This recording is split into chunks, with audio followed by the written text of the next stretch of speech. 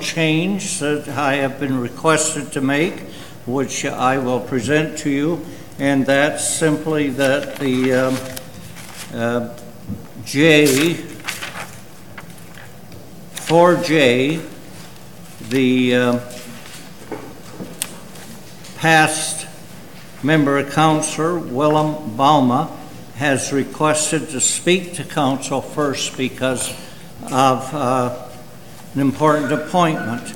So I will move J up to A and submit that with the request. You see the several changes. So there is an agenda, there is an addendum. Any member of council have an additional item they wish added to the agenda tonight.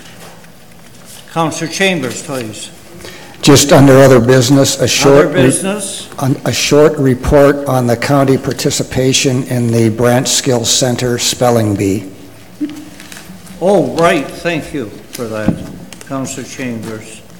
Can I list you as 14C? Thank you. Councillor Carty. Thank you, Your Worship. One under other business as well in regards to the other side of the hero that I attended last week at the Sanderson Center for our first responders. So you will be 14D if we get that far this evening. Noted. Added. Anyone else? That is the additions then.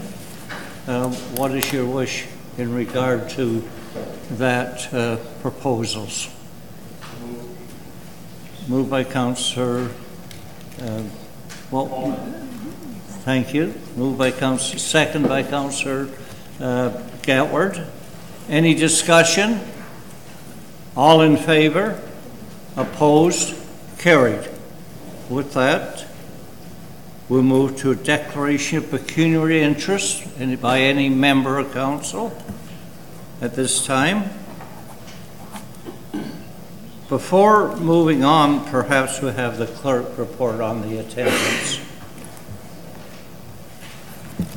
Councillor Wheat has advised that he will be unable to attend this evening. Unable, thank you. Okay. So then we'll move on to 4A, which now reads past Councillor Balma. Please. Congratulations on your elevation in the world to the provincial level, and we look forward to working with you, at you, by you, etc., and whatever else we wanted. We look forward to a rewarding, if I may use that term, relationship. The very best to you, Willem. Thank you, Your Worship, and thank you, Council, for your indulgence. It has been an honor to have served with you for the last 4 years. I got the email on Sunday from the clerk, thanks Heather, that the results of the election had been published in the Ontario Gazette, and with that my council seat was vacated. And it's interesting because this is something that I've worked very hard on for the last couple of years after being requested to do so, and yet I still felt a sense of loss. And we have done some very amazing things here over the last 4 years. Just a couple of them: the Scotland Community Centre, getting our asset management plan properly on track, being able to sign a boundary adjustment agreement with the City of Brantford after almost 2 decades of an impasse. And all I learned from those things is that we do so much more when we break down our silos and work well together. And so I want to thank each and every one at this table for all the opportunities that we have had to work together. We sure did not always agree, but in that disagreement we learned from each other and have moved forward. And at the end of the day, we could shake hands and meet again and work more. And so I want to bring that philosophy to this new role. And I would like to thank everyone in the County of Brant who has helped place that trust in me. And so I just wanted to come here this evening and to say thank you to Council for all the learning experiences, and that I also look very much forward to working with Council moving forward to do the best that we can for the people that we serve. Thank you.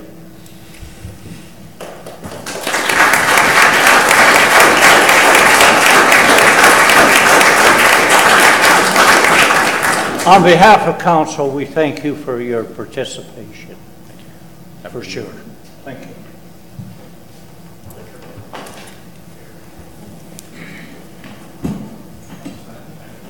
The next is a presentation by John McAlpine, the chairman of the County of Brant Heritage Committee.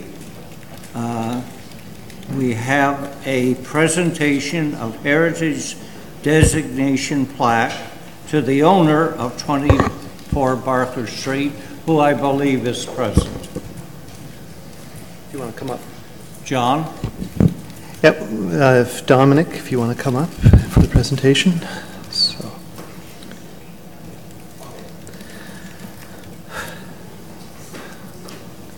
Okay, there is an old saying, for the lack of a nail, the war was lost.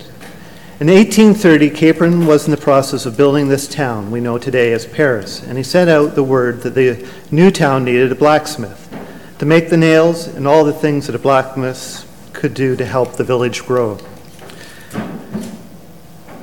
James Bilton Barker arrived from Lincolnshire, England in 1835, and he took up the call and opened up a blacksmith shop. The business grew, and in he met with some success. And what better way to show it than building a cobblestone house? A form unique to Paris in Canada, and several of the more well-to-do residents and churches have been using it in and around the town.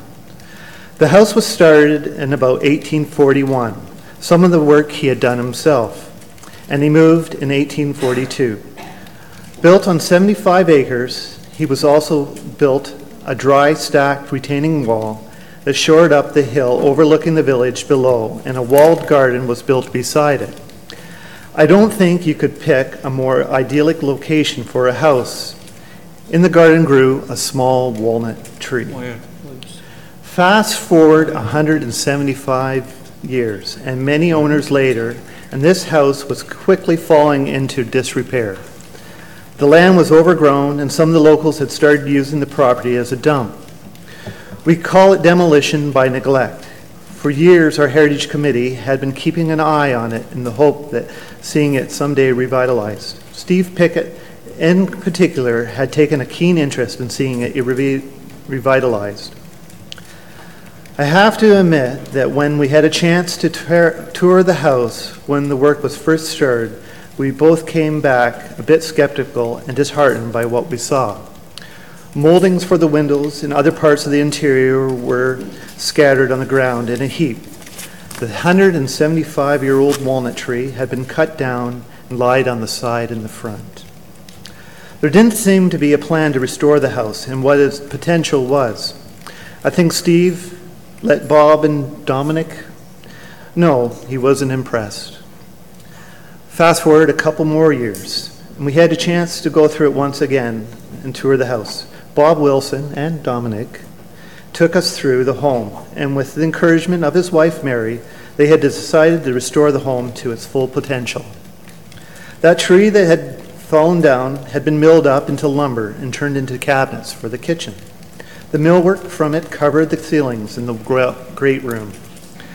The front entrance had been restored to close to the original moldings. The staircase, the windows were restored and incorporated back into the house. The house is now truly stunning, and if you ever have a chance to view it, I highly recommend that you do.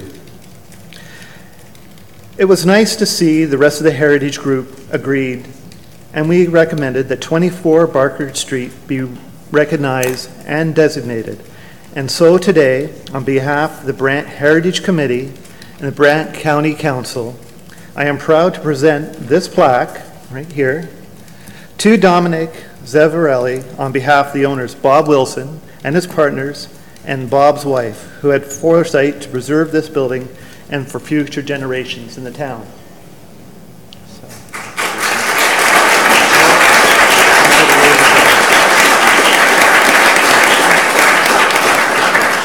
It's a fine job, thank you. Do you want to do another one? Sure. Okay.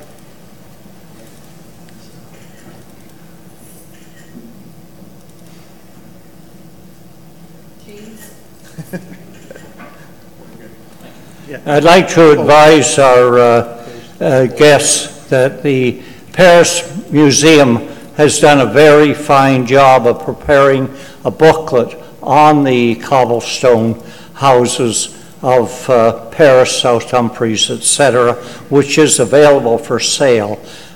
Please purchase one because it's extremely informative and important. Thank you.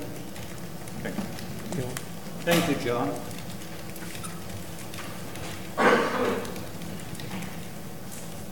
Now we start the delegations. The first is Michael Henry, noise bylaw exemption request, etc. Welcome. Please take the mic and proceed when you're ready. Mayor, Council, thank you very much for listening to me. I oppose the application for the noise exemption for the Shush event scheduled for July 20th to 22nd, specifically any exemption past 11 p.m. As this is a 3-day event, the proposed exemption places an excessive imposition on local families. I have talked to some of my neighbors, and most were okay with the event if it followed the same schedule as the Paris Fair with no extended noise exemptions. All were astonished and unhappy at the possibility of the noise continuing until 3 a.m., now amended to 2 a.m. With the exemption limited to noise from a building, how can it be determined if the noise will be emanating from inside or outside the buildings? There are over 200 households living directly adjacent to or on the same streets as the fairgrounds border. There will be over 500 people of all ages affected. These numbers do not include areas farther from the fairground in the north end or areas in the south end of town. Depending on the weather conditions on the nights of the event, even residents at the south end of Paris could be affected. My resistance to the exemption has nothing to do with the fairgrounds or the Paris Agricultural Society. The PAS is a great neighbor and an excellent ambassador hosting previous events. The proposed exemption has everything to do with the rights of Paris residents to enjoy the use of their property being forfeit for the duration of the event. There is no benefit to the community.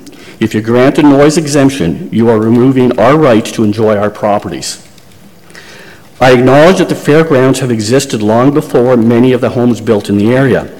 It is unfortunate that previous planners and developers did not have the foresight to allocate or plan for a suitable buffer zone that would accommodate future events such as this festival. The fact that the festival is applying for the noise exemption is a clear indication that they anticipate that the noise will be excessive. The concern is not only for the loudness of the music, but the potential thousands of attendees and their vehicles. It is unrealistic to think that being outdoors, they will speak in whispers or camp quietly. The organizer of the event is not a local company and is proposing the event for the sole purpose of making a profit. This would be at the expense of the families involved. If the organizers argue that the event is not viable unless the exemptions are granted, then perhaps the event is not viable at all. It is not reasonable that hundreds of Paris residents be exposed to a major inconvenience to allow Shush to make a profit. Brant County is growing. Recently, there was an article in the Paris Star indicating up to 10,000 new homes being built in the next few years. This is a fantastic change to the community. However, what is also changing is the makeup and expectations of residents. The standard work week is no longer 9 to 5, Monday to Friday. People work varied and rotating shifts from Monday to Sunday. Decisions made by the council must respect that what may have been acceptable in the past is no longer the case. Thank you for your time. Thank you for your presentation. Questions by members of council of the delegation? Is Councillor Miller? Thank you, Mr. Mayor. Quick question through you to the presenter. You mentioned some of the neighbors were not happy. Obviously, none of them have come and spoke tonight. So, how many did you talk to directly? I talked to all the people on Greystone and Oak from Silver to Whitlaw. I was requested by an individual how do I put this, to please stop the crowd with the pitchforks and the torches, and I did so. So I talked to, I would say, about 15 to 20% of the area directly affected. Only of all those people, I will have to say this, only one person didn't care, and they said, I don't care because I go away, excuse me, every weekend. Oh, I see. That's a different matter. Thank you. Councillor Gatward. Thank you, Mr. Mayor. Through you to the delegation, when there's a wedding at the fairgrounds and they go till 2 o'clock in the morning or 1 o'clock in the morning with music inside the building, which this is inside the building, do you hear the music from, as an example, a wedding? The question is wonderfully valid. The issue there is, to me, a wedding is a community event, a celebration of life, a celebration of a commitment, whereas this is not, number one. And the scope and size of the event is very different by a order of magnitude at least than a wedding. The hall only holds so many people, though. Well, remember that this event is outdoors most of the time, and is only going indoors at 11 o'clock. So there is the unknown answer to the question, how are they going to fit all the people that are outside, inside the building, and still account for the fire code? Okay, thank you. Any other member of council wish to question? If not, thank you for your presentation, and it will be considered by council. Thank you. Thank you. Next is Deanna Peckman and Blett Haler, Rio City Developments.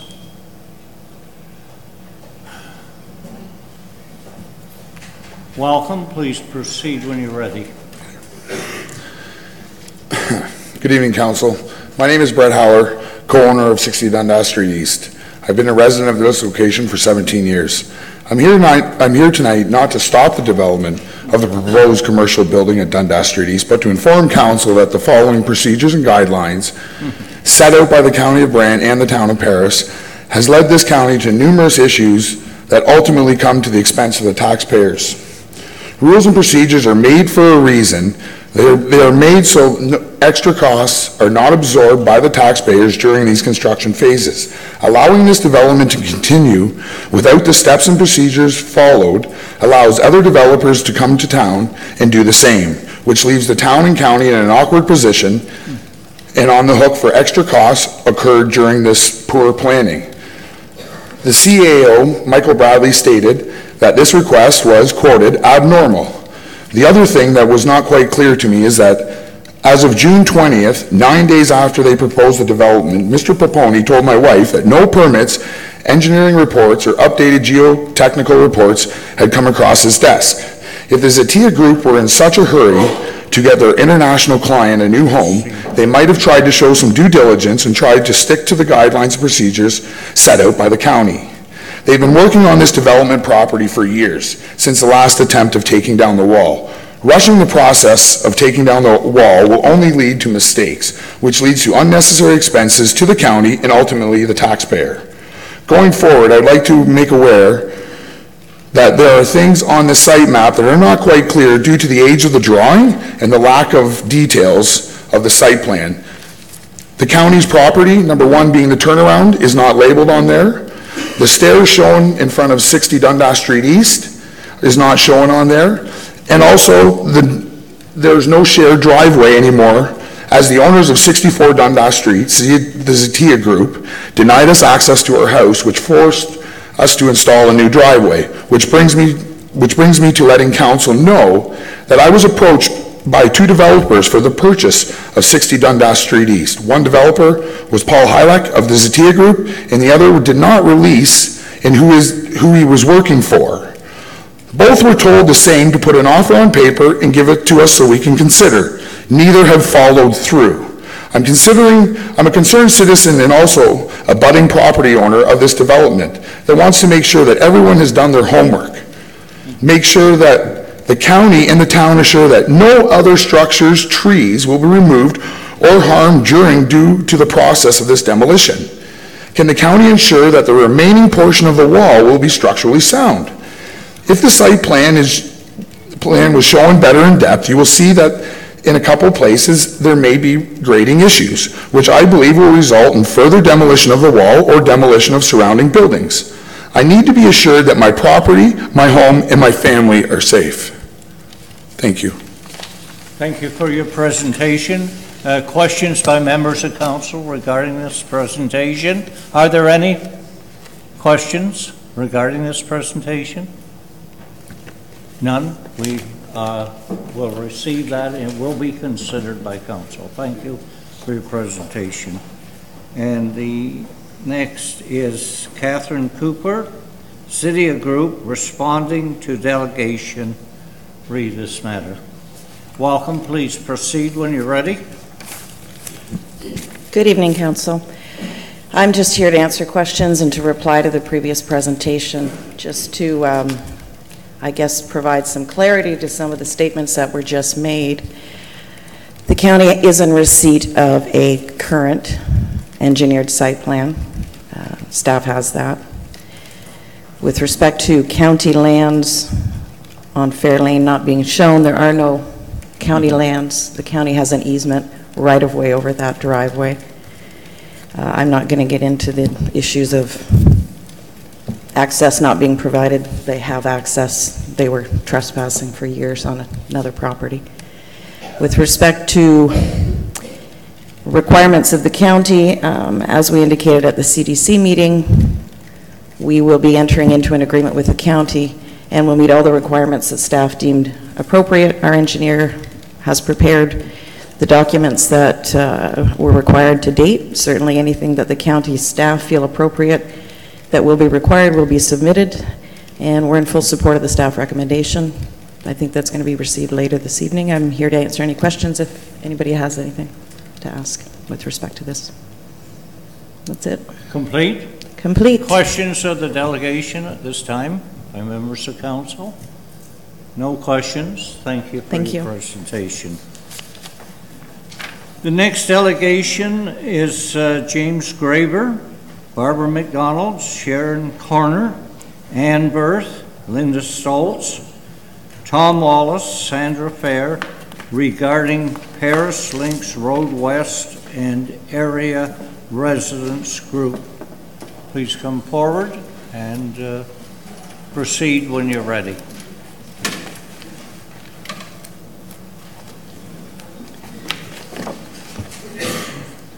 Thank you, Mr. Mayor and Council, for this opportunity. And good evening. My name is James Graber, and I'm here tonight representing the Paris Links Road and Area Residents Group west of Paris on the Grand Development, many of which are here tonight in attendance, who have recently petitioned against the preliminary evaluation of the Paris Links Road alternatives dated April the 9th, 2018, that was presented at the Public Information Center May the 24th, 2018, as part of the County of Brant Class Environmental Assessment for the Grand River Street North Corridor improvements. Clearly we have a lot to say, but there's very little time to say it. There's a lot of material, and we trust that you will take the time to review it all. You should have been distributed documents as follows. One, excuse me, a copy of the Class EA assessment dated April the 9th, 2018, version 2. A copy of our letter of response from this residence group to BTE, the engineering company. with carbon copy to others dated June the 11th, 2018. 3, a copy of the BTE presentation from the May 24th, 2018 PIC. 4, a copy of the first 13 pages of the recently signed LPAT agreement. And 5, a copy of the technically preferred alternative map where the residence group resides within its scope. It looks just like that. Yes. A copy highlighting the timeline of our activities. It looks like this.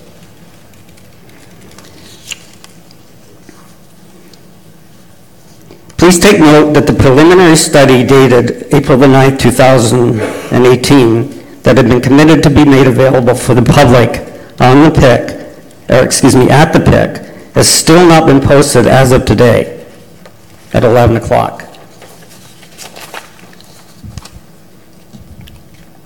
We are here to stand in objection and express our collective concerns expressed in our document with attached petition dated June 11th, 2018. Our objections have been summarized as follows. 1, a lack of transparency regarding alternatives and how they were derived in the first place. 2, a lack of community involvement and notification with respect to the alternatives and appreciation of impacts to area residents. 3, lack of supporting evidence made at the PIC on May the 24th and in available documentation. 4, a dismissive attitude at the PIC assembly by both council and county management. 5, lack of planning protocol, as it appears that the technically preferred alternative Alt 6 was pre-approved without consulting impacted residents or the community in general. 6, failure to follow guidelines set out in the Brant County official plan with respect to natural heritage and linkage strategy for branded rail corridors at all, if the property is taken over. 7, complete lack of representation in council for Ward 2 regarding this matter. 8, a disregard for community cohesion, cultural heritage, and the natural environment has been stated in the preliminary EA study. 9, steady stream of disinformation with respect to the terms of reference stated starting at the PIC and is still continuing today in media posts and statements on the county website. 10, there's a general appearance of a dysfunctional process that appears to have been developed at the last moment when the county has had years to consult with the general public to develop a suitable plan that works for all stakeholders. We need to remind you that you are an elected council whose mandate is to represent the constituents. Council must remember that this group was only made aware of these alternatives on May the 24th, 2018, and had only a couple of weeks to assemble and collect objections for the public record. To date, preliminary evaluation study is still not publicly available, so for obvious reasons, we are genuinely concerned that a deal has been struck without thinking about the consequences or impacts to all stakeholders or the environment. This group of severely impacted residents is aware of the dilemma that Brant County faced with the closure of the golf course and the protracted litigation activities involved with the developer. But to proceed on this course would be the most invasive, destructive, and community-altering action ever taken by this county within an established residential area. We understand that infrastructure will be necessary to support this development. However, the impacts resulting from the alternatives presented in the preliminary evaluation of the Paris Links Road alternatives dated April the 9th, 2018 are simply unacceptable and will pose severe financial and lifestyle penalties on this area residents group. Failure to rethink these alternatives will no doubt heighten levels of criticism, public outcry, and be subject to intense scrutiny every step of the way. For those of us that live here and understand the modern world, it is just another example of failure of government, but for the elderly in the area, it is incomprehensible bullying on a grand scale. We should also point out that from a historical perspective, the Great Western Rail Corridor on which the community was built is a jewel just waiting to be appreciated and realized for something better than a collector road for traffic heading north of Paris. Today it is a naturalized, well-treed, well-treed, teeming with wildlife and better suited to be an interconnected trail within the context of the official plan for the benefit of all stakeholders, including the developer. We are now requesting that you review our concerns and direct the chair of the Planning Advisory Committee, the consulting transportation engineer, and the director of planning to sit down with us and review an alternative approach that is far less invasive, will meet the guidelines set out in the LPAT agreement, enhance the natural area to the benefit of all stakeholders, and impose fewer impacts on our long-established neighborhood. In summary, this is about community, what it stands for, what it takes to live in one, what is expected of those who help govern it. It is about community cohesiveness and why we all expect to thrive from living in one without threat or fear from those that are its caretakers. We would like your commitment tonight to take the aforementioned representatives, to have the aforementioned representatives to meet and discuss this matter with us within the next 30 days. Thank you. That completes the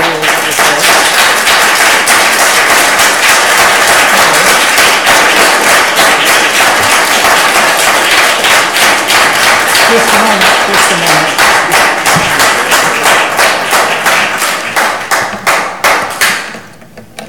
A little longer.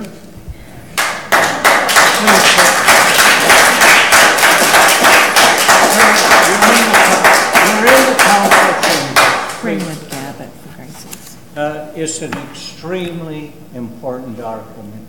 Acknowledge your charges. I would like to tell you that, and council does not know this, so it's a report to council as well. I have met with the executive director of Trillionway and assured her that the document that the council has signed, which is appealable, will be presented to her and circulated to the residents and whoever wants it. She, in return, has stated that they will arrange a public meeting for the public up there if we wish to go that route. As I said, it hasn't been to council yet. This is extremely important that we answer, one, the charges that have been leveled, deal with the information, deal with the requests that have been presented. That's council's responsibility. So thank you for bringing it forward, Jim. Appreciate it. And we will go over it in detail. And there's certainly additional steps that should and must be taken in this regard. And we acknowledge that. Any members, requests by members of council. Councillor Simons, do you have a request? Thank you, Mr. Chair. Delegation? Through you to Mr. Graber, thank you for your presentation. I did receive a copy of it through email. I did read it intensely. You had a question at the end that you'd like to have a meeting formed. Can you tell me who you'd like to be at that meeting? I believe I did in this. There are three people of interest to us for sure that we believe have impact on the process. Correct. Could you just list them for the public, please? I'm sorry? Just list them again for the public. This is not a conversation, simply requests. I just asked another question, Yes. Mr. Mayor. Please proceed. To answer the question? Yes. Yes, sir. I believe we would like to speak to the Director of Planning, Yes. the Chair of the Planning Committee, and I believe it is the engineer that's looking after, BTE, that's looking after the process. Okay, thank you. There is a lot involved in this presentation that will be answered. Thank you for that. Any other member of council wish to speak. Councillor Miller? Thank you, Mr. Mayor. Again, a quick question through you to the delegation. All your concerns, you've shared these already with the consultants, BT? Yes, I believe you have much of what I've already said. We have has already here. been stated inside our letter, which was handed out tonight to you. We do, but have you shared this with BTE? That's what I'm asking. Absolutely. Okay. We did that on June the 11th. All right. And just out of curiosity, because I know there's been public consultation for a while, starting with, well, I know there was that World Cafe a few months ago. Did members of your group attend that as well? Yes, the several members of our group did attend the community cafe and have absolutely no recollection of what was presented in the April the 9th document. Absolutely none. None of these alternatives were discussed, to the best of the recollection. They were still focused on the Grand River Street corridor. Okay, thank you. Council understands the concerns that the citizens have and the requests that you have submitted tonight to be dealt with by council. So thank you for appearing. We appreciate it. Thank you. And the applause you received as well. I just have one question. Will we have a response within 30 days? Right. Yeah. Thank you. Anyone else wish to speak? If not, thank you. The next delegation is Dr. Malcolm Thurlby regarding the Onondaga Schoolhouse Town Hall. Welcome. Please proceed when you're ready, Doug. Thank you, Mr. Mayor. Good evening, members of council, everyone else. So you can just push down to record. Oh, yes, just a moment. Some are exiting. Fine. I thank all citizens for attending.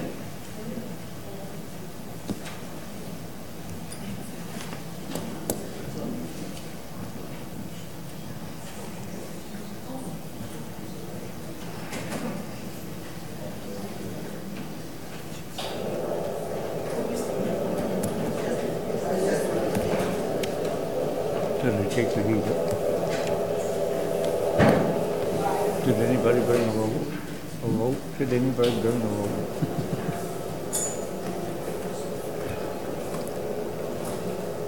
Good. Thank you, Mr. Mayor. Good evening. Excuse me. Thank you. My name is Malcolm Thurlby. I'm Professor of Architectural History at York University in Toronto, and I'm here to speak about the heritage value, historical value of Onondaga Schoolhouse.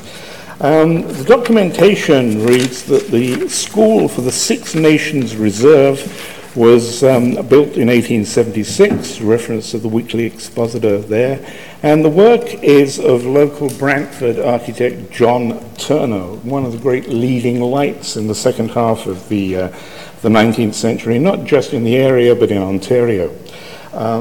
You've got a general view on the left. There is the plaque on the right. I will also just show you one detail which I think may be insignificant to most people, but the quality of the work, with just a detail of the hinge on the main door and also repeated on the side doors, is of the very, very highest quality. Excuse me. Just a little background on John Turner. He also designed the Onondaga Township Hall. That was 2 years earlier in 1874. For the school, and you'll see this on the image on the left, for the facade and in the tower, he uses pointed arches. It's a Gothic building. It's a very specific detail to look at, in contrast with the Onondaga Hall, which, as you see, uses round-headed Romanesque or classicizing arches. And the Gothic connection is simply through an English link to try to show a Christian aspect of education and something that was absolutely standard in well-known places like the Oxford and Cambridge universities. The other link that I want to point out is with St. Paul's Indian Mission Church, which I illustrate on the right of the images here. which was built for Mohawk Indians in 1866 and holds a very, very significant place, not just within local architecture, but within Canada as a whole. And the reason for that is that in the 1867 edition of the Illustrated London News, it was described and illustrated. To my knowledge, this only happens to one other building in Canada, and that's the Parliament building. So it puts it on a very, very high level. And if you compare the two images here, I think a blind man and a galloping horse could see that there is a relationship with the design of the tower. So the schoolhouse, the church are going as very, very fine examples of Turner's work. Just to list a few other major buildings: Brant County Courthouse and Jail, Yates Castle in Brantford, St. Basil's Roman Catholic Church, Grace Church in the city, and he also built Stratford and Seaforth Catholic churches. Outside, Simcoe County Courthouse as well, and Elgin County Courthouse in St. Thomas. Built as far away as Chatham. So this man was responsible for a very, very large number of buildings in Western Ontario.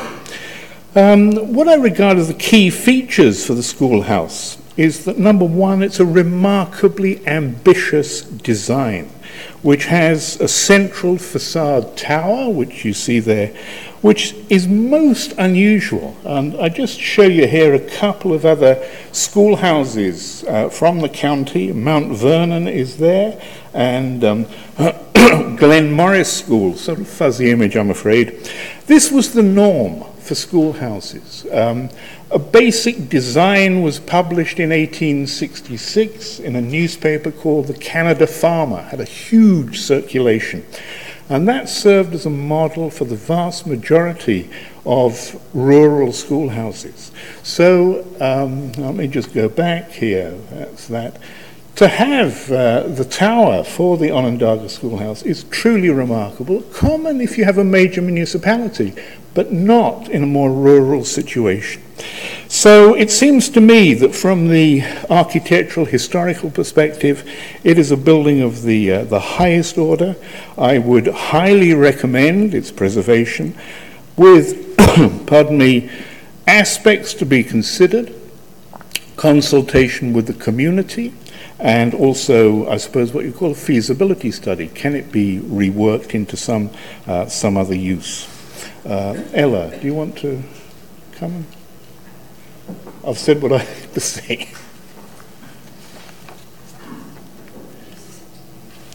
Thank you for your presentation. You're most welcome. Are there any questions by members of council regarding this matter, which will be referred to of course?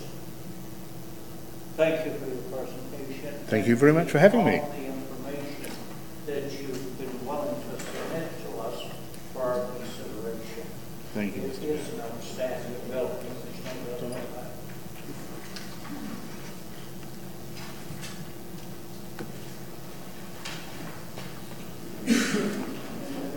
that. The next presentation is Janet Drusy. Janet's not able to come, so we're ready for the... Not be coming? No. Are you replacing? No. I will. Let me get your presentation. Then who is making this presentation? Heather told us to go together. I think you wanted us to come together. Yeah. So we'll just defer to Heather.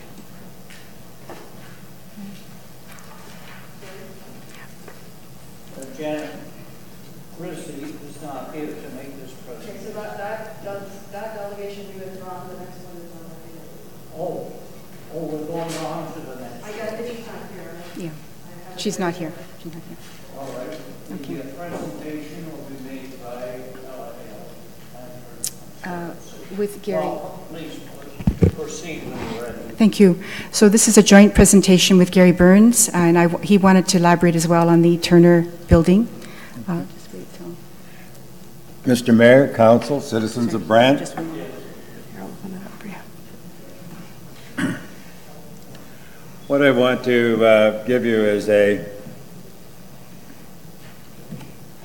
is a quick snapshot relating to architectural heritage, appreciation, and preservation as it relates to this structure.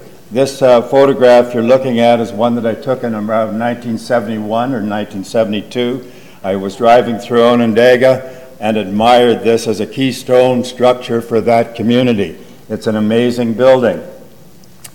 I think that Dr. Thirlby has already expanded and given you a fairly good explanation of the importance of the structure as it relates to John Turner, who was a major architect, not just in Brant County, although he has a stamp all over the county, but also he was noted throughout the province.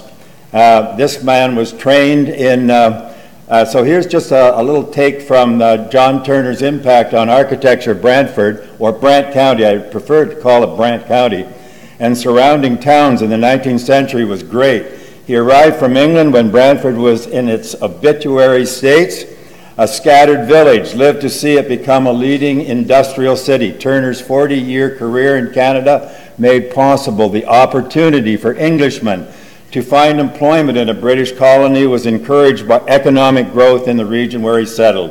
His ability to meet the diverse needs of his clients and to master rapid succession of 19th century styles ensured his success. Turner's early work shows the influence of English training and sensibility. His later work is a product of his clients' various tastes. John Turner's work exemplifies an ability to handle many building types and styles, as evidenced by this old the school, and a requirement of his time and location practice. To limit his product to mere versatility would be to ignore the pleasant compositions he achieved. I'll go on to talk about those because I want to give Ella time to speak. Turner's Victorian architecture makes up a profound part of Brant County's heritage and provides a landmark in each of Brantford, Caledonia, Mount Pleasant, Onondaga, Paris, Simcoe, Stratford, St. Thomas, so on. Here is just a quick look at all of the buildings that he designed after arriving in Brantford in around 1841. The buildings that are shaded or in red are ones that I only started this presentation on Saturday, but identified as ones that have gone missing. But some of the other ones are still here, but there are many of these that I'm showing you have gone, are no longer here. And that's what I basically want to talk about. But look at this body of work. And it started back with the building of course, City Hall, but this county courthouse in Brantford. This was his first design for that building. Look what we've done with it as a county now. Look at the respect for this architecture. And this building shows both his original building and the additions, the later two additions and changes that he made to the building. Here's a man from the 19th century, Mr. Yates, who recognized the importance of this architect and the quality of his work and had a hospital built for the community. The hospital's gone, but his house is not. And here it is, and it's been preserved by a local family in Brantford. It's used as a condominium, and there was, in fact, ladies had a social tea and fundraiser here just past weekend. When John Turner arrived from England, he built himself a home on Nelson Street. This was his home. And it has, of course, all the style of the leading period. He moved his family, young family, into the house. It's now a parking lot. The old City Hall, this was his first big signature building in Brantford, and built in 1847, 1849, and it was the keystone building in Brantford, and one that we would be proud of, the market surrounding it. It really created a unique city. Brantford and Brant County had a unique architectural heritage throughout Canada. There's nothing else like it in the country. Anyway, in 1964, this a sign, we see the JCs posing with a sign that the old City Hall on Market Square has been sold. Below, workmen begin demolishing the venerable structure. So we tear it down. Centennial Project. Also on Dalhousie Street, which back to the City Hall, just down the street. Some of you may remember this building, some of you, I'm not going to say it, older people, but some people in the county may remember the old fire hall. This fire hall on Dalhousie Street, a magnificent building, is now a gray sort of block building.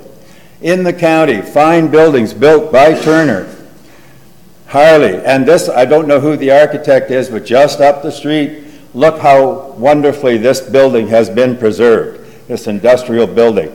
Finding new uses. Here, a private resident in the city, or the town of Brant, or Paris, sorry, restoring this old house, Wolverton House, a very unique building because it's built with slabs of wood. This man had a sawmill, and he built the walls of this house with slabs of wood piled one on top of the other and then stuccoed it on the outside. And these people restored that house and have brought it back to its original quality. Beautiful house. Here, the town of Paris again has saved this building. The building behind it, it's not designed by Turner, and it's now going to be, if I'm told that it's Mr. Mayor, is going to be the city hall, city chambers again, or offices, or? It's a possibility. A possibility. Okay, not cast in brick yet. Okay. The building behind it, the cobblestone church, built by Turner, or at least designed by him. And of course in Onondaga, again, a prized possession, keystone structure in the village.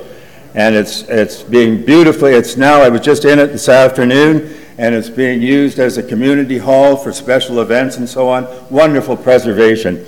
So, you know, we can pin, and it was nice to see a presentation tonight in that regard. Anybody recognize this building from here in Paris? See old armories. It's gone. Anybody recognize this building? It's gone. This one out on Bethel Road, it's gone.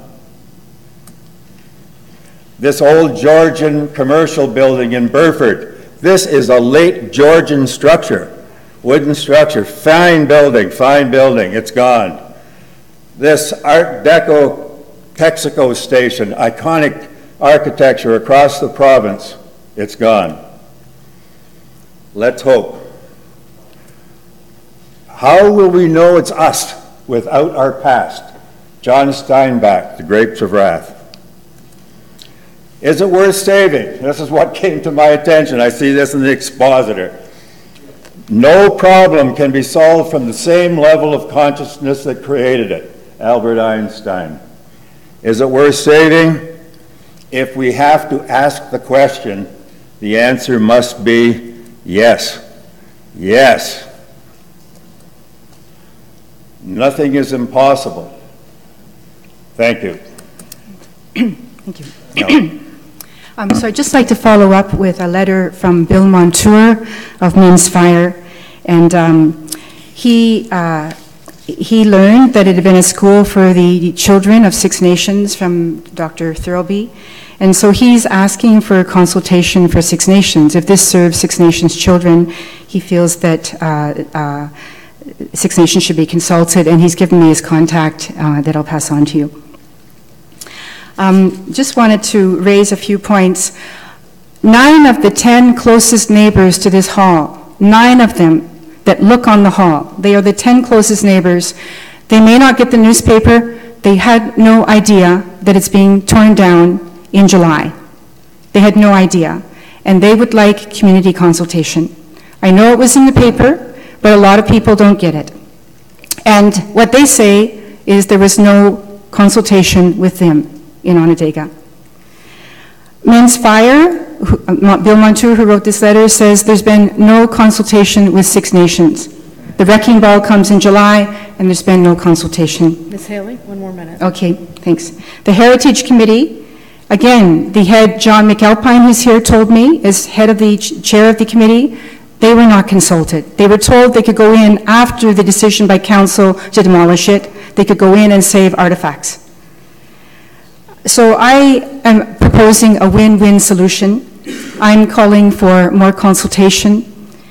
And I'm saying, why can't we be more creative? I know that we're trying to save money by building 3 fire halls with the same plan, but why can't you treat Onondaga special? Why can't you be a bit more creative with Onondaga so that we save the building and we build the fire hall? The other thing I wanted to just build upon what Dr. Thirlby said is be creative. You could have a library there. The people in Middleport, the people in Onondaga, people in Langford want a library. Here we are talking of a Paris library. We don't have one. It's a half-hour drive. We can't use Brantford's library. So people could get together and just brainstorm. Someone said it could be a private home. Just give the community a chance to brainstorm before the wrecking ball comes. And the final point I wanted to say is I'm a council-appointed member of the BOO committee, the Brantford Onondaga Oakland Recreation Committee. I went to the hall to see what could we do with that building, to see if there were ideas. I knew even in our committee meetings that we talked about library. But I would say that the fire department, any other members of committees, all must follow the code of conduct. And that's what I would ask for is respect and to follow the code of conduct when we discuss this building. Thank you. I just want to close by saying I think our ancestors would be proud of us if we preserve buildings like this, and our descendants will thank us. Thank you. So please give us time for consultation. Slow this process down. Thank you. Thank you for your presentation. Any members of council have a question of the leader delegation? No questions? Thank you for your presentation. Thank you. We'll move on to I, and plaque, member caps. Specialized transportation. Circulation to members of council. When did you receive this, Madam Clerk? 1 second. It's just an outline of what I'm talking about. There's nothing extra in it. Thank you for doing that. Welcome, please proceed when you're ready. Perhaps we'll wait till it's handed out. By the way, I have to confess to council that I made a mistake. It was not Trillium Way that I was talking about at all. It was Telfer Place. I had a meeting with the executive director of Telfer Place on the matter of the settlement the council had signed, or I had signed on behalf of council, and with council's approval.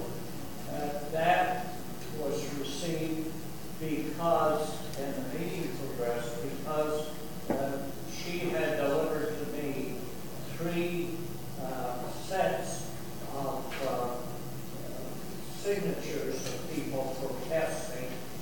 So I thought it was important enough to have a conversation with her to see how we could proceed, to have a meeting and advise everyone about the steps that have been taken.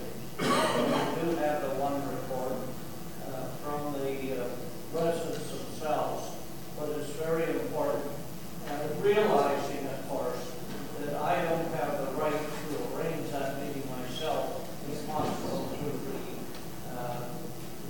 through council and the committee of council are probably planning. But it's important to inform our citizens of the steps that have been taken and to respond. Lynn, please proceed. Thank you, Mayor. I'd like to thank all the council members for allowing me to speak. I'm here to speak on behalf of the taxi industry, which also includes the subsidized transportation program, and some of the issues that I've experienced over the last, well over the last 10 years, but let's go back only to January 2017.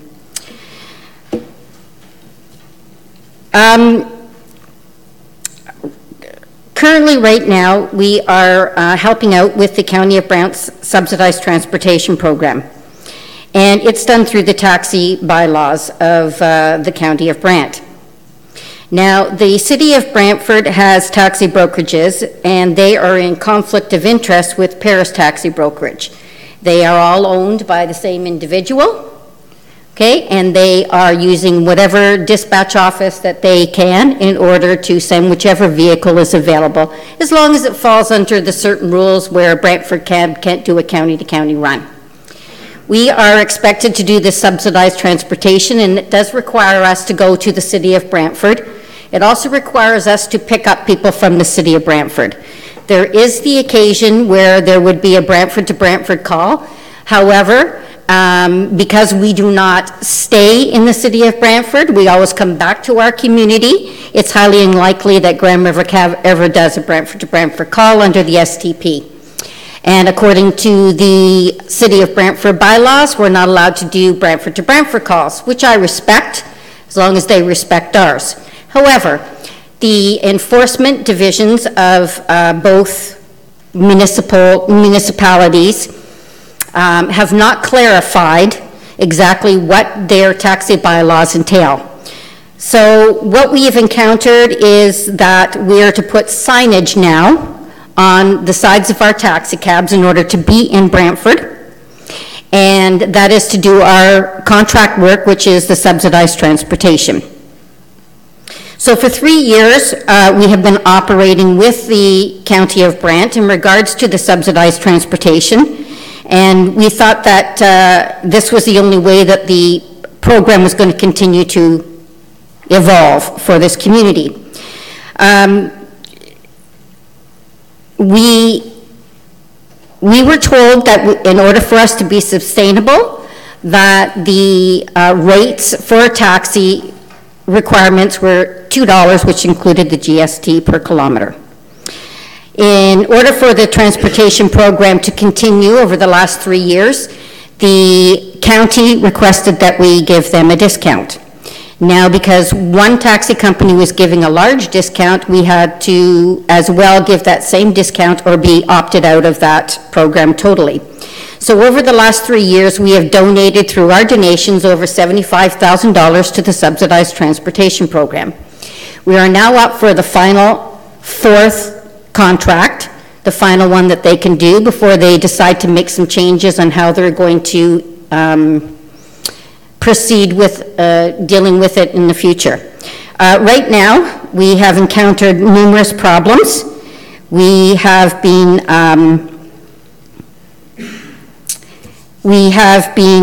told that we are we weren't supposed to be doing any calls that weren't on a pre-booked service. We did comply with that. However, the other brokerage did not, and that created an influx of improper, unbalanced clientele. As it turns out, we only have a small portion of clients that call us basically to support them with the subsidized transportation. Because the other brokerage has put all of their time into the subsidized transportation, they have not really been available for the community as a taxi service. What is transpiring now is there's many more clients that are adding their names to the subsidized transportation, and because they know that's more effective service for them to get a cab and get on their way to wherever they need to. So the pre-booked service has now been dropped in the new contract, and they can call on demand. We still have the issues of the fact that we are a taxi company providing services to the rest of the community. January of 2017, a Thomas Kennedy from City Taxi in Brantford, who is the manager, came forward to the council and also the corporate development committee meetings and asked permission to integrate Paris Taxi's dispatch with their dispatch. Nothing was accomplished at those things. It's now been about 18 months or longer. And the Brantford Taxi Company and Paris Taxi and the other 2 Brantford taxi companies have now all amalgamated under one umbrella. We now have a monopoly, and the only independent cab company in this area is Grand River Cab. Now, because of this monopoly, we have been receiving pressure from numerous departments, And we would like you guys to know exactly what's going on and what has transpired for us over this last time. Most of it has transpired since the land has been sent over to Brantford. What's transpiring is we have no clarity as to what the Brantford taxi bylaw, how it's interpreted. I have read it. I see nothing in there that says that we cannot pick up in Brantford. However, I am being told by Jeremy Morton at Police Services in Brantford that Grand River Cab will get a $1,000 fine if they're caught picking up in Brantford. I have followed up with the provincial fines that are set out. I have looked at their bylaw and I see nothing in there that says such a thing. And I have been in front of the Police Services Board on numerous occasions in Brantford, and it has now been passed on to the city. So the city is now looking after it. Now, I do believe the county has an obligation to me as a stakeholder in this community, and one that does service this community, to enforce its bylaw and make me sustainable. If the city of Brantford chooses to strong-arm the county or strong-arm myself, and we have had it where drivers of mine have been assaulted. I have had also the OPP come to my house personally and threaten and intimidate me, and I've had enough. So I'm just letting you know that the subsidized transportation, we will continue on doing that for the next year. However, it will be the last year that we supply any discounting for this program. We're a small company, and we can't carry on like this anymore. We are having things taken away from us all the time. As I said, we are being harassed when we go into the city of Brantford and being told, but nobody can prove anything. So I am asking you, because I've asked the bylaw department to clarify these things, and I haven't got any clear answers. As a company who goes in there and picks up people, I don't need a police officer going up to my clients and saying, you should not be using Grand River Cab, you should be using city taxi. Okay, I do have, the individuals would follow up with that if you needed proof of that. Basically, I want to sustain the taxi industry in the county of Brant. However, my concerns are that Brantford seems to be jumping the gun and including different things that are protecting them and hurting us. And I'm looking for protection as well from our enforcement officers. And the only way to do that is to work with them and understand exactly what their bylaws are, and they understand what our bylaws are. And I'm only a company of about 5 taxis. They now have Bell City, Brant Taxi, City Taxi, and Paris Taxi, all under the same owner. I must say that Paris Taxi received brokerage licenses inappropriately without the prerequisites, and they were operating without those prerequisites and a brokerage license for over 7 months before it was corrected. We have brought that information forward to the previous CAO in a meeting with corporate managers, and basically they said that was no big deal, which it is a very big deal, by the way. Bylaws should be enforced, and one person should not have privilege over another. But they said that I lost my train of thought here. They said that the city is encouraging us to put those on there so we don't get pulled over. So this signage is extra signage we have to put on the sides of our taxis in order to go into Brantford now. I have a problem with that. Ms. Pratt? Yes. One more minute, please. Sure.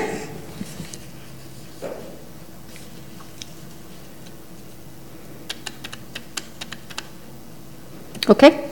Since the council has not followed up with this dispatch operation of Paris Taxi, we have noted a lot more Brantford cabs coming into the community. I've even been told that I can't even take a customer across the county line to Walmart, that I have to stop at the boundary lines in order for a Brantford taxi to come and pick the individual up. So all of these things have been wearing on my business and on my mind, and they have been completely unfair, and I want it rectified.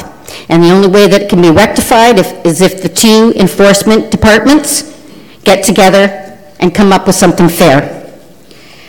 Now, before we move on to phase 3 of your transportation study, I'd just like to give you a little bit of history as well.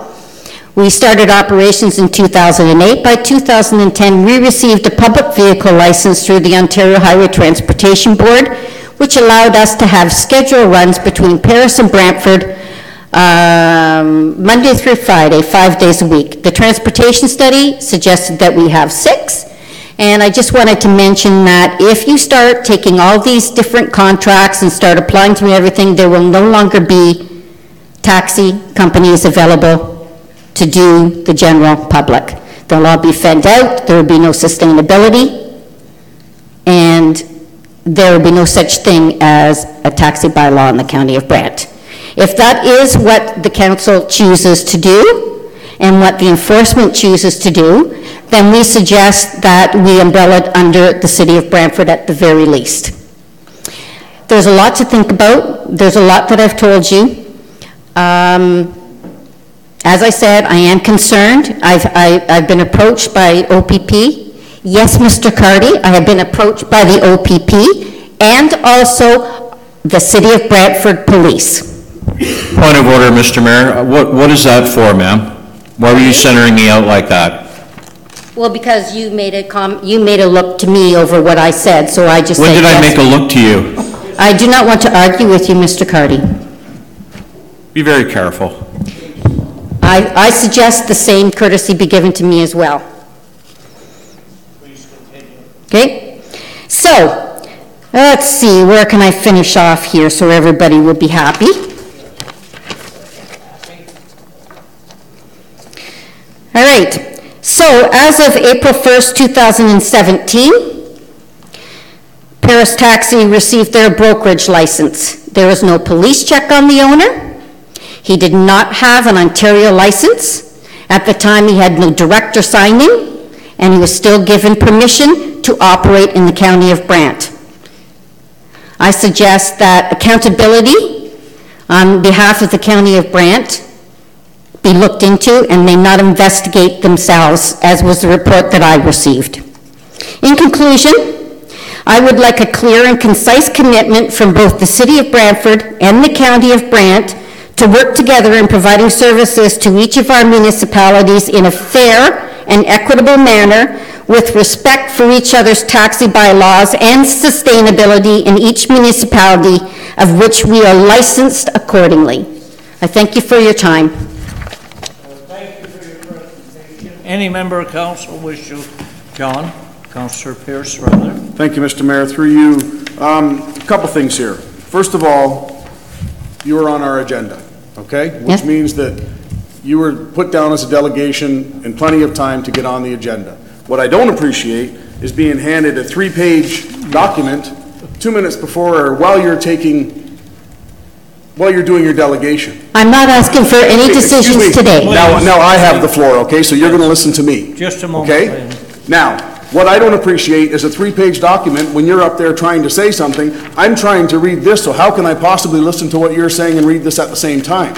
You were on the agenda well in time. This should have been handed in well in time. A couple things I'm going to pull out of here.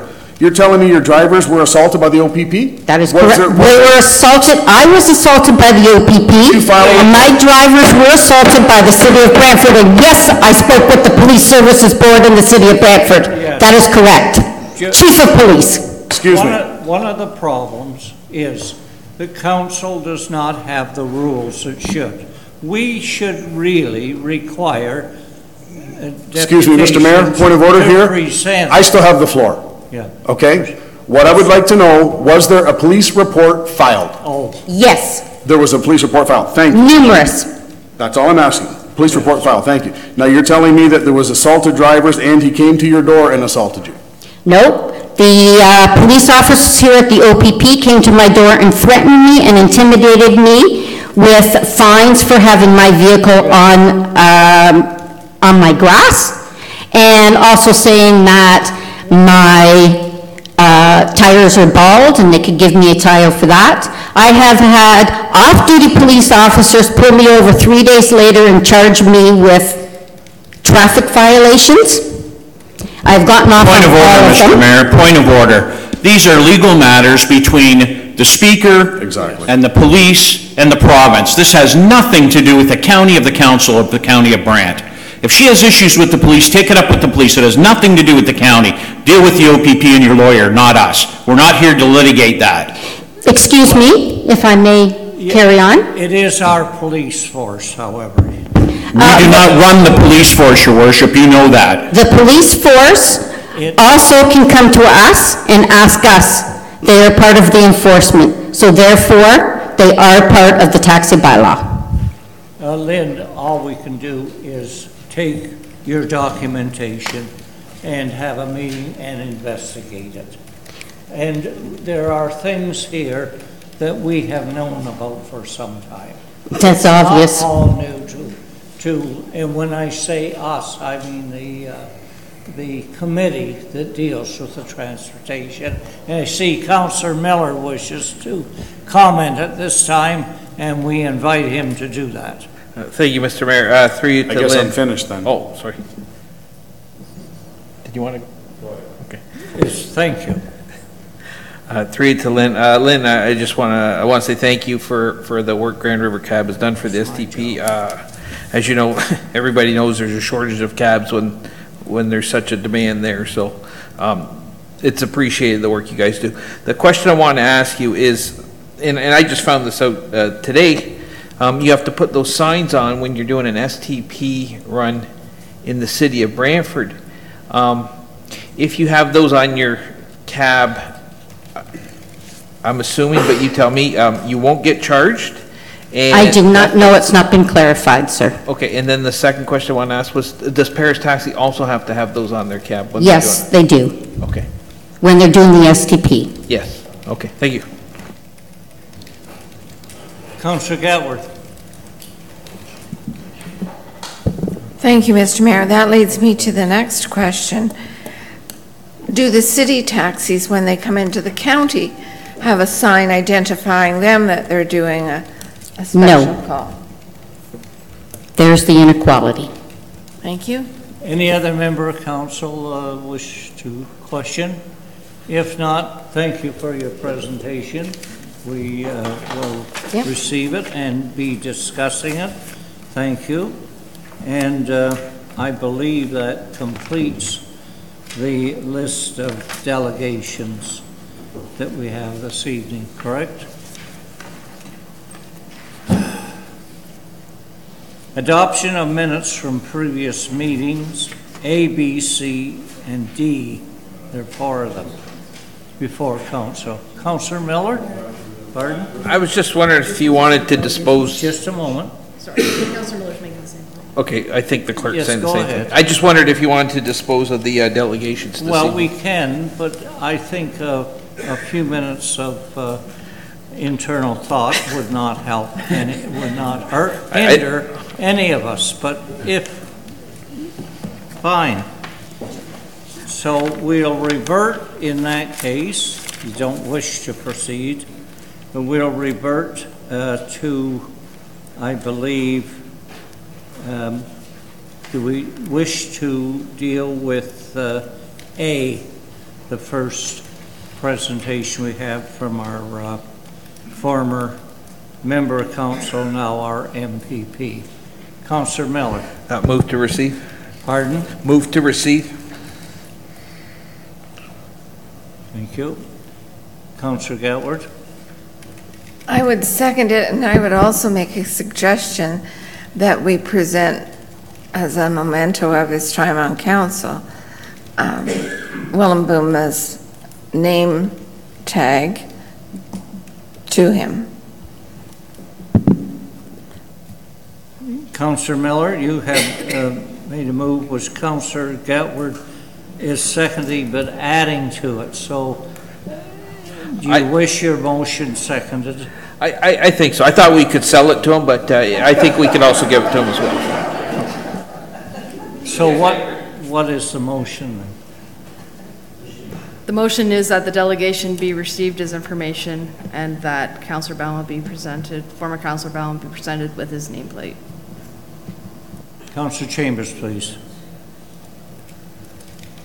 Mr. Mayor, as long as I've been on council, and as long as you've been on council, and as long as Councillor Gatwood has been on council, that's just a customary thing to do. It doesn't have to be by resolution, I wouldn't think. It's just a complete unnecessary part of the resolution. It's done as a courtesy by commonness, so I don't think we need to put that in the resolution.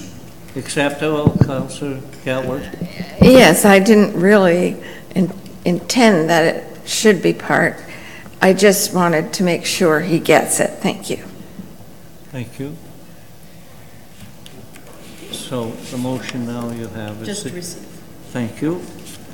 All in favor? Opposed? Carried. So that deals with that one. I believe the next one would be item B, Mr. Henry, noise bylaw exemption regarding Shush Inc. And that will be are you agreed that we deal with that when we get to Development Committee Report Recommendation number 11? That agreed? Thank you. All right, C, Development's proposal for redevelopment of Dundas Street East, and we have D that goes with that. So to speak, you deal with them separately. How would you like to deal with them? Councillor Gatwood. I would move that we refer them both to staff report COU 18-18. Seconder, Councillor, thank you. Cardy, seconds. All in favor? Opposed, carried. So we're down to E, the delegation regarding the lengthy delegation regarding item, and as I said, I apologize, and the matter regarding the possibility of circulation and the possibility of a general open meeting for the people, which many have not had the opportunity to deal with this, would be before you later.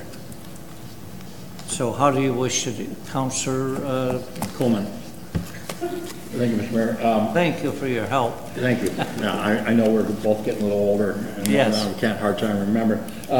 I would have preferred that we grant the request of Mr. Grabber, and that he requested a meeting between staff, chairman of the planning, and BT Engineering, that be granted within the 30 days, and then a public meeting could be held.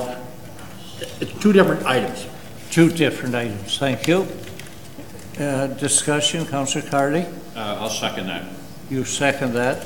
Councillor Simons? Mr. Mayor, could I make a friendly amendment that we add the Director of Planning with that also? Because it was mentioned. Director of Planning, Chair of Planning and Engineering of BTE. I said that. Agreed. Anyone else? Councillor Miller? Just, I'm in favor of the motion, but one thing that the presenter said was that the study wasn't up on the county website. And the only reason I'm mentioning this is because I get emails from BTE, obviously. I'm on the email group, and they said to see the study, click here. And I did do that, and it takes me to the county website, and I cannot find it. Now, that's not to say that it's not there, but I'm just wondering, can we find out for sure that it is on the county website, and maybe we could get some help navigating to it if it is? Question directed to the CAO.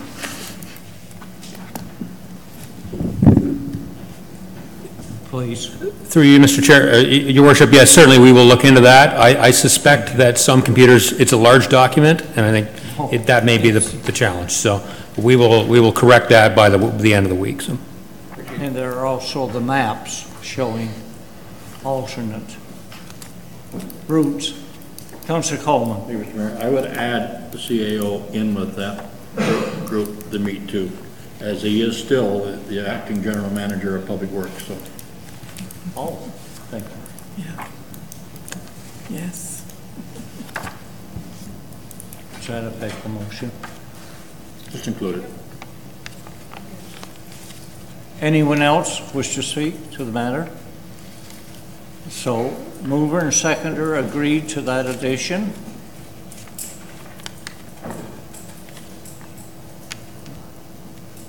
Okay, all in favor?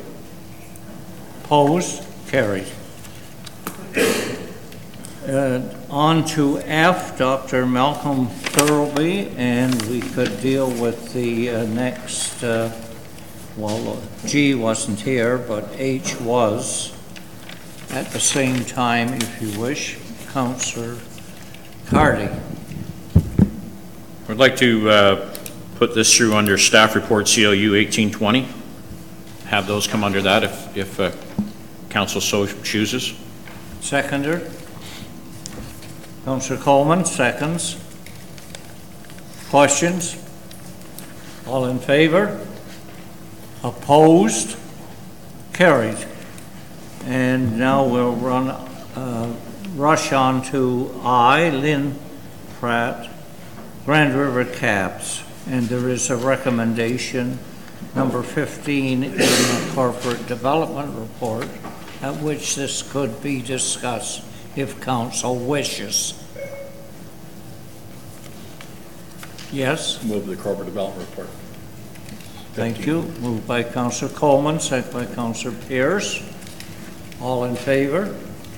Opposed? Carried. And that completes the list, I believe. So we'll rush on to recommendation 5, adoption of council minutes from previous meetings. Good evening.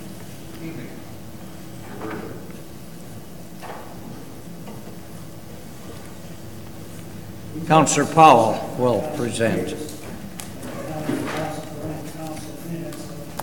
May 22nd, May 23rd, and June 5th, 2018.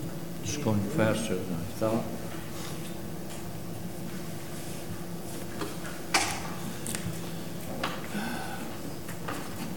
Discussion? Questions? All in favor?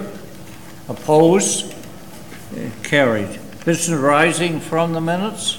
Anyone have an item? If not, consent items. A, none to be approved. B, to be received. 1 to 8. Consent items to be received. 1 to 11. Any item there that a member of council wishes to withdraw to be discussed in depth? If not, do we have a Councillor Chambers? I think we have to remove the 1820 report with regard to the delegations. It was asked that it be referred to that, so we need to pull that. Do we not? You wish that withdrawn from the list and to be dealt with at this time? Yes, it would be nonsensical to refer delegation to a consent items and then not talk about it, I would think. You want to discuss it this time? Yeah, after we vote on consent. So, anyone else have an item? If not, all in favor?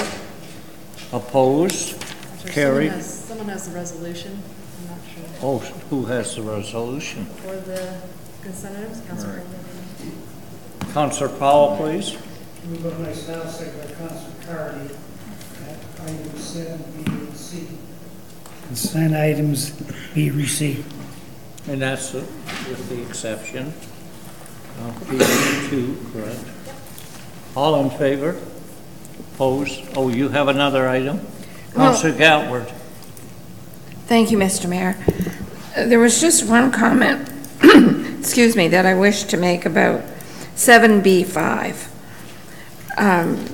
That meeting took place on the Joint Services Committee back in April, and I was very concerned when I read in the minutes that they were looking at a consolidated or a joint dispatch for fire services.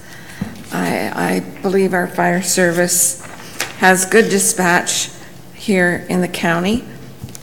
Not in favor of it being done by the city of Brantford, and it's very unfortunate that the Six Nations Fire have given their notice to us and will be terminating their agreement for dispatching with the county in November, and they will be using the city. So I just wanted to make that comment, Mr. Mayor, and I hope that we could have future discussions about this. Thank you. So we vote on the resolution. On this one? Pardon? We're going to have They end up, I guess, going to. Have we dealt with the resolution Okay, dealing John. with the list? No, that's what we're voting. John will take it up. I'll take it up. All in favor?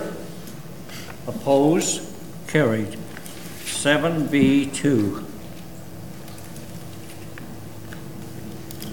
We're just moving that, aren't we? In the discussion. Did you wish to speak to it? Councillor Chambers, or? Sorry, Mr. Mayor. I don't really wish to speak to it, but the request was to refer the delegations to that part of the agenda. Yes. So this is the opportunity to speak about the delegations. Yes. If one chooses to do so. Correct. I didn't want something to be referred to a report and then it be part of the consent items. That's my purpose for removing it for discussion. So you've got the delegations referred to this part of the agenda, and if there's no discussions on the presentations, then we can move forward. Councillor Gatward.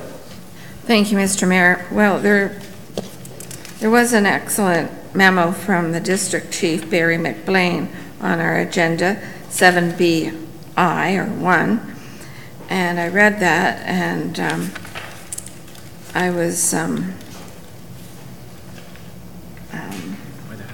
concerned about our fire service, and they've been waiting a long time for a new hall. This afternoon in the addendum, we also received a letter from Ms. Charlton, and I read that letter. It was an excellent letter, and I agreed with the letter. So while it's unfortunate to lose this heritage building,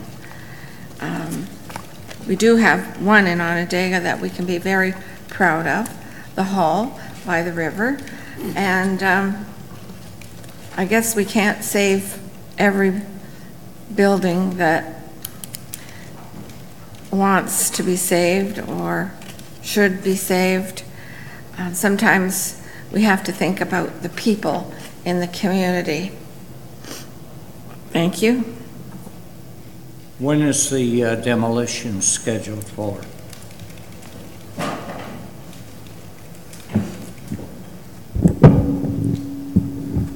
Yes, please.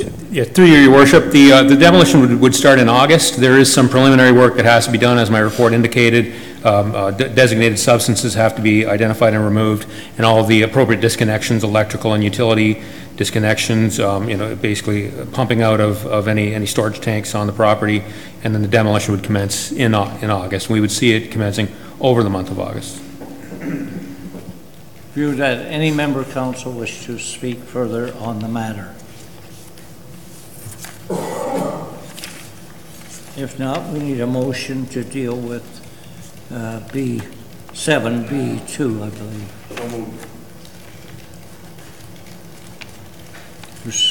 Seconder? All in favor? Opposed? Carried. Committee reports. Community Services Committee report. Moved by myself, seconded by Councillor Powell, that the Community Services Committee report of June 4th be approved, noting that there are 6 recommendations. Questions of the chair?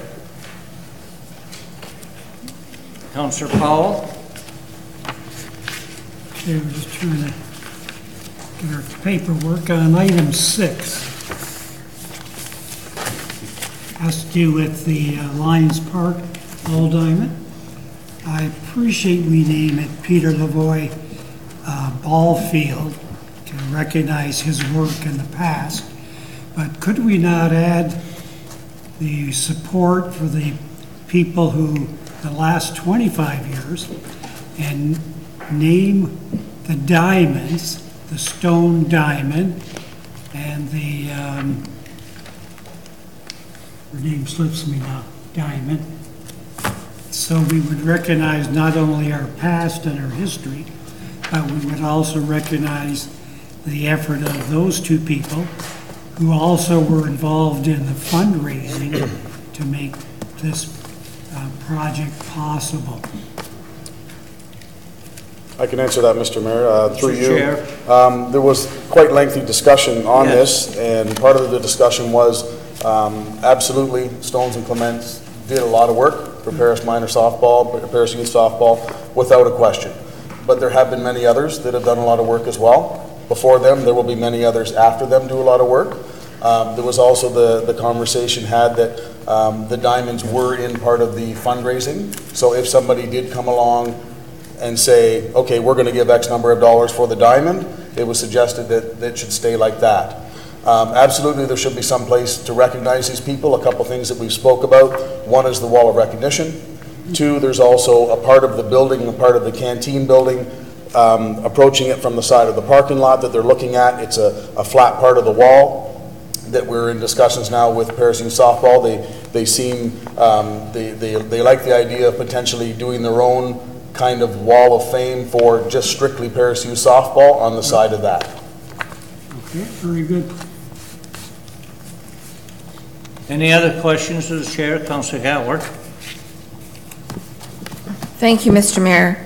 Regarding number 5, the $525,000 for fixing the riverbank and for slope stabilization. I see they want to take the money to do that from the corporate contingency reserve. Earlier this year, we had a community services project that wasn't done last year, and we had $400,000 in the budget. Right. And the motion was passed that it be put to the reserves and used for projects or other worthy, I remember the words, other worthy projects. Would that not be a nice sum of money to put toward this worthy project? So we don't have to take so much from the corporate contingency reserve? Who are you directing the question to? Through you to the chair. Sure. That money was designated, it wasn't designated, but it was suggested to go for improvements to the river trail and that sort of thing. It was never, I don't believe it was ever suggested that it be used for this particular project. River access, oh yeah, but that was when the river access was going to potentially be over at the Still Axe. And that money was deemed to stay in the river enhancement, river trail enhancement. It was never suggested to use it for the stabilization of the bank, no. That was never in any conversation that I'm aware of. Yes, and I'm aware of that, but I'm suggesting it tonight because it is a worthy project to stabilize the riverbank. And I'm not sure what our staff would think about that. How much money is in our corporate contingency reserve, Mr. Mayor? Well, staff are under direction of council. It's as simple as that. Yes. So, do you know how much money is in our corporate contingency reserve? Or does the CAO? Who he's directing the question to? The CAO. Thank you. Thank you, Your Worship. Through you, so I don't know how much is in the contingency reserve. I do know that there is enough to cover this project. Thank you. And the other reserve that you were mentioning was it was the TIRA fund, Trails Infrastructure and River Access. That's right. Right. It would be council's decision if they wish to use that other reserve to fund this project. So you're not in favor of using it for the riverbank stabilization? Mr. Mayor, point of order here. If the councillor is putting forth a motion that that's what it is for, then that's fine. There is no motion. Then I don't understand the question. Discussion. It's simply discussion at this point in time. Thank you. And the important thing is there's a need. We have funds to fill the need. It's unfortunate, but the money has to be spent. It's needed. So are there any other questions regarding the matter? If not, all in favor. Opposed? Carried. Planning Advisory Committee report. Can you hand that one to Mark? And those are the other two. Thanks, sir. Just a moment. Just a moment. Thank you for attending.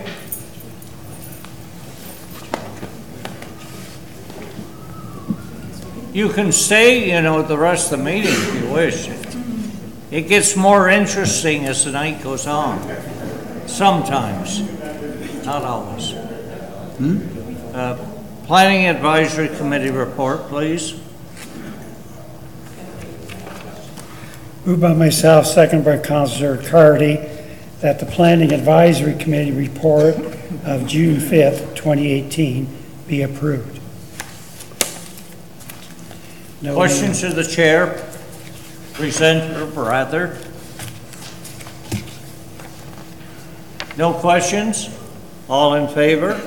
Opposed? Carried. And we move on to Corporate Development Committee report. Thank you, Your Worship. Moved by myself and seconded by Councillor Powell that the Corporate Development Committee report June 11th, 2018 be approved, noting there are 17 items. Questions of the chair? Councillor Miller, please. Mr. Mayor, I'd asked if we could pull number 11 for a separate vote.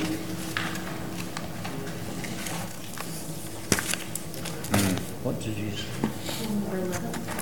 Number 11, pull. Got the noise one, David? Yeah. Thank you, David.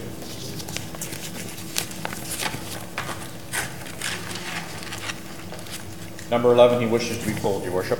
Yes, that's agreed. Balance of the report, any questions? If not, all in favor? Opposed? Carried. Recommendation number 11, please. Discussion. Councillor Simon. Thank you, Mr. Mayor. This is regarding number 11. Would it be possible, or could it happen that because it is legal, I guess, to go to 12 o'clock with music, or 11 o'clock inside, would it be possible if we could ask the OPP if they could survey the area periodically to make sure that the noise levels are kept down and make sure if there's any rowdiness that they can look after the situation? Could we recommend or ask them to do that? Councillor Cardy. If I may speak to that, Your Worship, yes, I spoke to the appropriate department and they assured me that the police will be making rounds around the area to make sure about the noise and the bylaw. And I said myself that I would actually be driving by there to make sure the sound isn't out of control as well, but the police will be following up on that.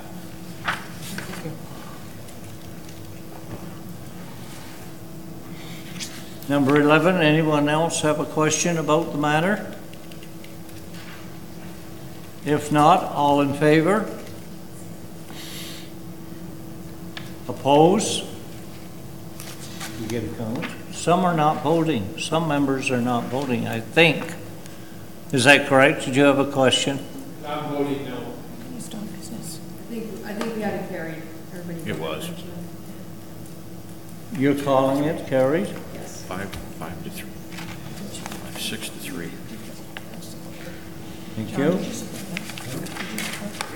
That completes the corporate development report. I believe we're on to Public Works Committee report, please.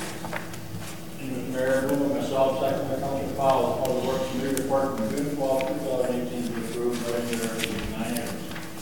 Questions of the chair? No questions? All approved?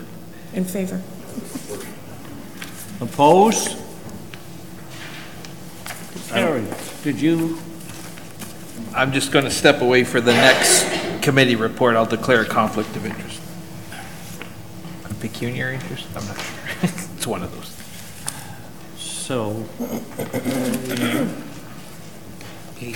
pardon? Are you okay?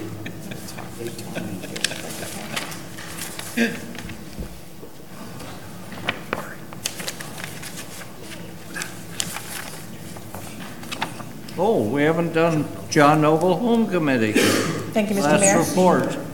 Oh, Councillor Pierce. Mayor, if I could, just to confirm with the Public Works, now that it is approved, I would assume that within the next day or so, there will be an email and invitation going to Mr. Robbins. I just want to confirm that. Yes, confirm. Church Street, thank you. Anything else? John Noble Home Committee Management. Thank you, Mr. Mayor. Moved by myself, seconded by Councillor Coleman, that the John Noble Home Committee of Management report on June 13, 2018 be approved. Couldn't get to you. Questions of the presenter? None? All in favor? Opposed? Carried. Staff reports, requests for sponsorship, Courageous Companions, by the clerk. Somebody that's going to declare. Questions? Give him the report. Give him the report. Yeah. Presenting a motion? Yes, I do. Moved by myself, second by Councillor Coleman, that staff report CLU 18-16, request for sponsorship Courageous Companions be received as information, and that council consider the request from Courageous Companions for sponsorship of its Courageous Canine publication. And part of this resolution, we don't have an amount that we're asking for, but I think we could put one in there. Councillor Gatward. Thank you, Mr. Mayor. Thank you, Mr. Mayor. I would suggest a quarter-page ad is in the middle. It's not really expensive, but it will show our first responders and military that we do care about them, and we would,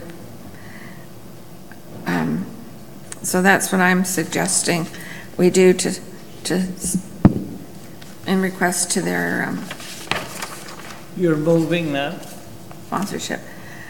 As a caveat to the motion that was just presented. So we need a seconder. Seconder. Councillor Simons. Discussion.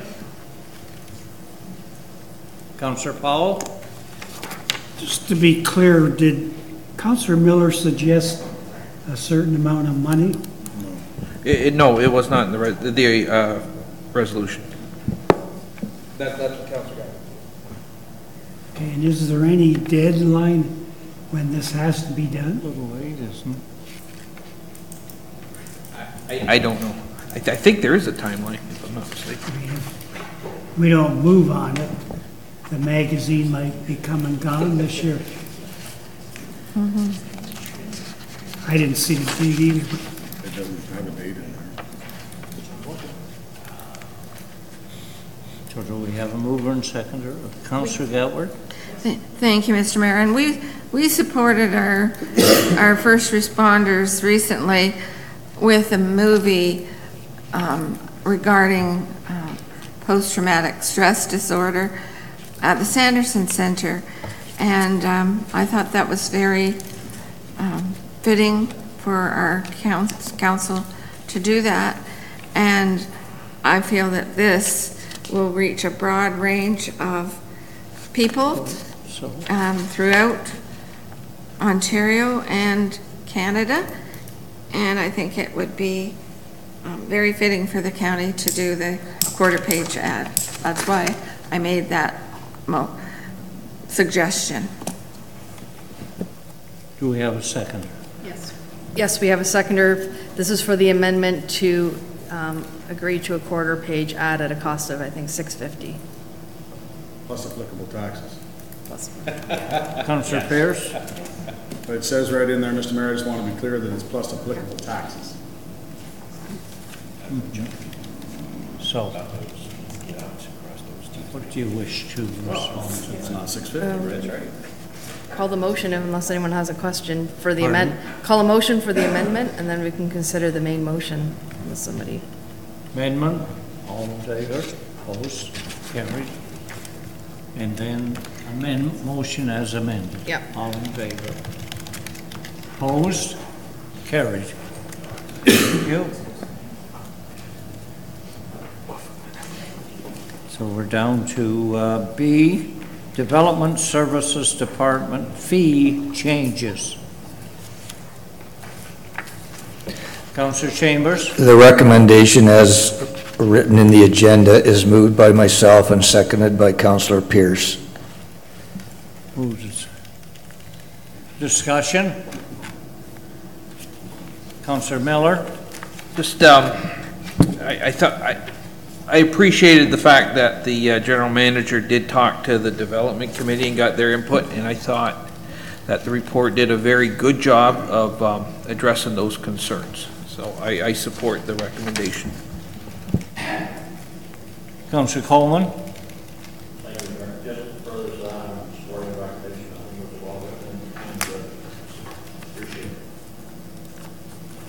Councillor Powell? On page 292, the second full paragraph, it states the staff shares the development industry's concerns for affordable housing. Goes on to mention the lower taxes help make housing more affordable. Now, I just saw a house in Paris, a small bungalow, an older one, kind of average location. The price is $300,000, and it sold in about a week. So the whole issue of affordable housing, I think we're getting further and further away. Yeah. So unless we take some more concrete, definite steps, it's going to be out of reach. And we keep hearing from people, and you look at the real estate signs, starting at $450,000, $550,000. Anybody who lives in Paris and sells an older home, you can't buy a small bungalow anymore. You can't even afford to buy any kind of a house. So we're going to have a kind of a situation where you either leave Paris and you find an apartment in Brantford, because there's nothing suitable at the present time in Paris. And especially that gap between maybe you leave your house, but you're still healthy and you don't want to go into retirement home. You want some step kind of in between. Any other member of council wish to speak? Councillor Simon. Mr. Mayor, it's only a comment, if I may, and it is the fact, and we do know that our taxes are much lower than they are in other communities. Although the houses are comparable in other communities, our taxes are lower, which helps offset the cost of the house, which is very good. So I'm appreciative of that, and I hope we can keep it at that. But we can't really dictate what the cost of the house is. It's marketplace. Any other member of council? Councillor Gatward? Thank you, Mr. Mayor. And further to Councillor Powell's comments, wasn't there an apartment building proposed in the Gulf North, or like Paris Grand Estates subdivision at one time? I don't know if that was taken out or not. A point of order, Mr. Mayor. But that would be... A point of order, Mr. Mayor. Yes. And my point of order is yes. That has nothing to do with the resolution that is before us. I was willing to hear the comments, but I think if you read the resolution, it is about development charges and hiring additional staff that the development charges will pay for. It has nothing to do with the resolution. Let's stay on topic, and if there's no comments or questions with regard to the resolution, I suggest that you call the question. Thank you. I'll call the question. If no other members of council wish to speak? All in favor? Opposed? Carried. C, Dundas Street East retaining wall.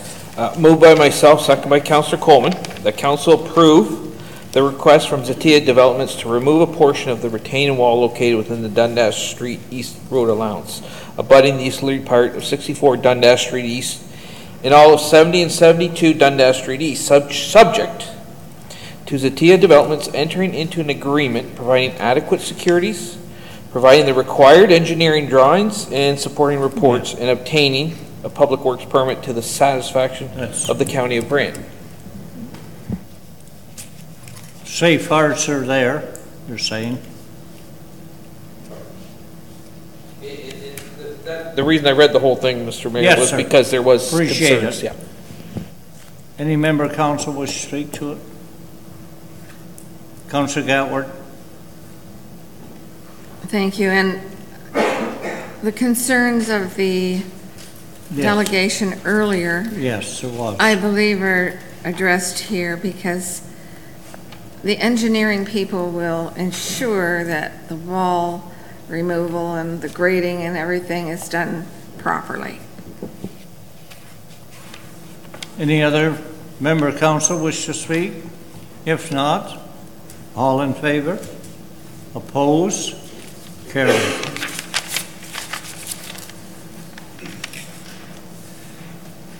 New item D, council vacancy by the clerk. Mayor, I have a resolution. Oh, Councillor Coleman speaking. Moved by myself, second by Councillor Carter. The Council of the County of Brant declare the office of Ward 1 Councillor formerly held by Roland Bowman to be vacant. The Council consider an appointment process to be undertaken to fill the vacant council position, and that Council consider alternate appointments to the committees served by the former Council Bowman. Discussion by members of council. Councillor Pierce. Thank you, Mr. Mayor. Through you, as far as alternate appointments to the committees that former Councillor Bowman sat on, absolutely, I agree with that. But to consider an appointment process, if we look at this, really, we're already end of June. So by the time we've got, by the time we get this together and have a meeting and decide who it's going to be, it could be a couple of months, and then it's only a couple of months until a re-election. I'm not sure that would be the best idea. I'm just throwing it out there that I agree with the second part of that, but the middle statement there, I'm not sure that would be feasible in the time limit we have remaining. Thank you for your comment. What are we proposing? When would this happen to fill a vacant council position? At the next meeting of council? No, under the Municipal Act, the council has 60 days from today to fill that position. Would we plan to do it in 30 days? We don't have to take... No, we don't have to. It'd be whatever council thinks they can pull together the process. That's what I was asking. Yep. Can we speed it up? If we're going to do it, could we speed it up rather than make it lengthy? Councillor Carty. Thank you, Your Worship, and through you, sir, to the clerk. Madam Clerk, does, or through yourself, Your Worship, does that position have to be filled by Municipal Act? Does it or does it not have to be filled? Yes, it does. It does? Yes. It's a requirement. It has to be filled within 60 days. If we were 90 days from the election, then we wouldn't have to, but we're beyond that window, so. So we would aim for 30 days. Sure. Is that meets your requirement, your view, if we speak? Yeah, as I say, Mr. Mayor, I just think that, time is of the essence here, so I want to make sure that Did if you it's want done. to speak to this? That's a go. If not, Councillor Gatward. If we have to appoint somebody because of the time frames, could we refer this for discussion or a recommendation, either one, at the next CDC We can meeting. request the clerk to put it on the agenda for that meeting to be dealt with. And then we And could can approve it also- at council in We can also July. arrange a council meeting if the council wishes one. So the speed up is there if we wish it. So all in favor of the motion, opposed, carried. Thank you. That was a pretty quick count there. Information reports, briefing note, delegation, sorry, what's, Councillor Chambers? Did I?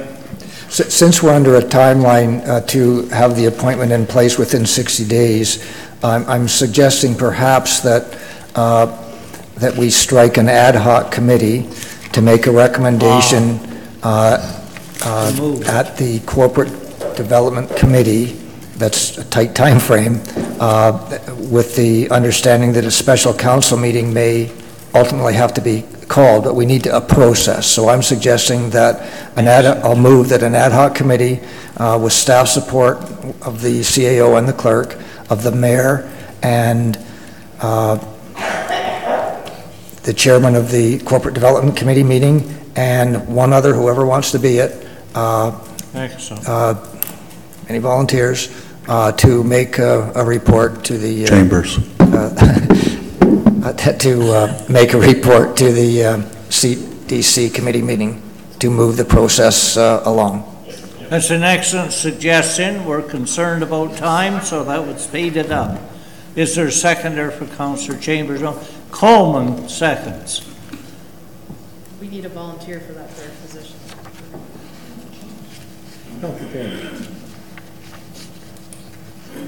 I would respectfully decline because my time schedule may prevent me from doing an afternoon meeting. I think it should be Ward 1. So I would suggest Councillor Coleman is volunteering, add him to the list. Councillor Coleman, do you accept? Councillor Cardy? I would second that, Your Worship. Oh, excellent. Councillor Simons? Thank you, Mr. Chair. And I might be out of order, I don't know. But is there a process already in place, or do we create a new process? That's what the ad hoc committee will make the recommendation at the CDC, the process. And then once the process is in place, then you follow the process, and hopefully there will be an appointment prior to 60-day time limit. Thank you. The ad hoc committee is for the purpose of developing a process to fill the vacant seat. I think it's very good to move along quickly.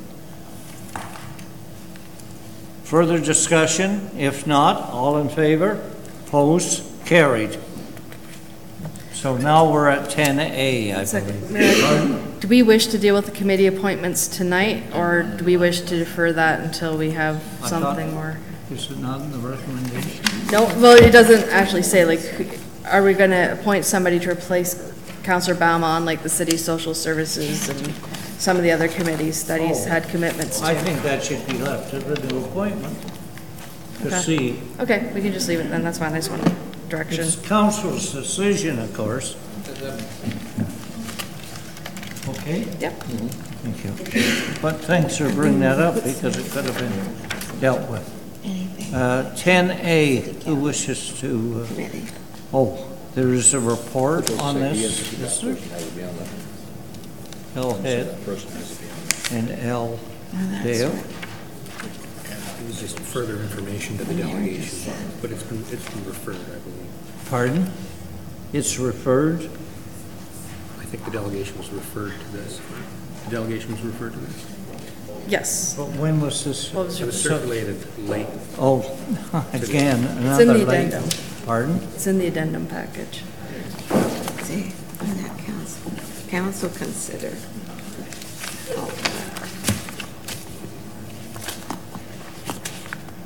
Don't know. It's run away on me.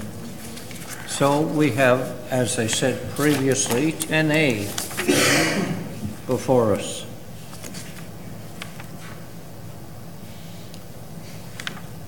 Councillor Miller, thank you. Yeah, I'm going to move to receive, and then I'd like to speak to it if we can get that on the table. A motion to receive with no other action. Councillor Simons. Moved and seconded. Discussion. Questions? 11A? Part of this come out because of the delegation we had tonight, and Yes, but I was doing a little bit of homework before the meeting tonight. In a lot of the issues, I won't say all of them, obviously, but a lot of the issues, obviously the police ones can't be addressed through a review of the county taxi bylaw. But a lot of the issues that were brought forward, I think, will be dealt with when we do that review of the county taxi bylaw. And I appreciate Leslie and Lynn putting this together as well, because one of the things they did mention, and I think that came out through the presentation, that we do need to consult with the city of Brantford as far as this goes. So I think, like I say, I'm hoping a lot of those issues will be addressed, that can be addressed. I know there's some, obviously, that we can't address here tonight, but some of them we can. anyone else? Mr. Mayor, that was my thoughts too, that we need to consult with Brantford. Thank you. So we have a motion to receive. Is it seconded? Yes. All in favor? Opposed? Carried. And we'll rush on now to 11A. Concerned citizens of Brant Dufferin appeal costs and request for council to cover outstanding amount. Discussion. Is there a motion? Councillor Simons? Mr. Mayor, I'll move to receive this and put it on the floor, and I'd like to speak to it if I may. Motion. To receive? Is there a seconder for that motion? Councillor Miller? I'll second the motion to receive, but there's another motion I would like to make subsequent to the receiving motion. As part, but not part of this motion. Correct. A separate motion regarding the same matter. Yes. Is that correct? That's correct. Okay. Discussion on the motion to receive. Councillor Cardy. Thank you, Your Worship. And I had a brief conversation today with Mr. Ron Norris regarding this. I brought those concerns forward this afternoon to Mr. Bradley, our CAO. Can we know about that? Are we allowed to know? I just heard about this afternoon. Well, that's when I spoke to Mr. Bradley. Enlighten us. So are If you don't want me to speak about it, I won't. Are you calling on him to report? No, I'm not. I'm saying I spoke to Mr. Bradley on it to get some advice on the process of this. Yes. That's all I did. Oh. I don't know what the process is. Do you look at it through your solicitor? Do you ask for all receipts, costs, everything labeled, sent into council, to county finance to take a look at it, to find out what the exact costs were? How does that all work? I've never been involved in something like this in council on how you would pay a delegation for work that they've done in part and parcel with the county. I don't know how that process works. So I'm seeking advice, Your Worship.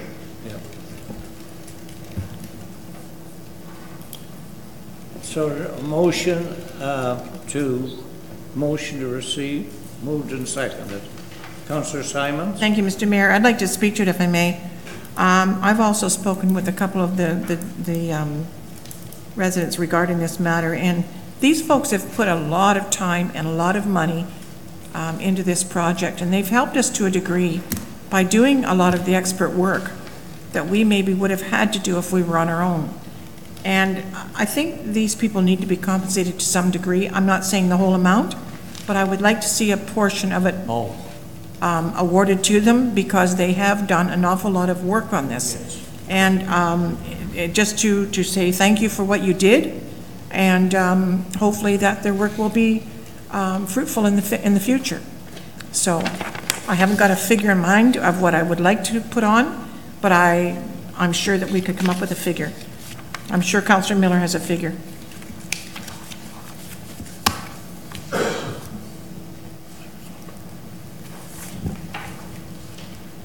So you don't see receiving this as the end of it, and Councillor Miller is prepared to present a motion regarding this, if this is received. Is that correct? All in favor? Opposed? Councillor Pierce? I don't understand it myself. Councillor Miller. Mr. Mayor, yeah, the motion is, and if I get a seconder, obviously I'll speak to it, but the motion is that... Well, just a moment. I have a motion on the floor to receive. We voted on that, So now you're prepared to, and so I guess we should deal with it and dispose of it before we deal with your motion. So, anyone wish to comment on the motion to receive further? Does anyone wish to, we have a motion to receive? Councillor Gatward. Well, Mr. Mayor, correct me if I'm wrong, but can we not receive this letter and as information to the county and then make a motion with respect to this letter? You can, but that's unusual to do it that way, 2 steps, instead of saying, dealing with the request that's before you. Councillor Pierce. Thank you, Mr. Mayor. That was my thought. Like, within the letter, they're suggesting some compensation for the work that they did. So the way that I'm understanding this, if we receive this, excuse me. Yes. Well, it's the weather, I assure you. That's exactly the problem I have. If it's received, and we say, well, we received that. It's closed. But, however, council can reopen it, I guess. Councillor Gatward. Thank you, Mr. Mayor. I'd just like to correct a statement. Councillor Pierce said they're requesting compensation. It's not compensation. They're requesting payment of a debt. Yes, correct. Thank you. That's the wording.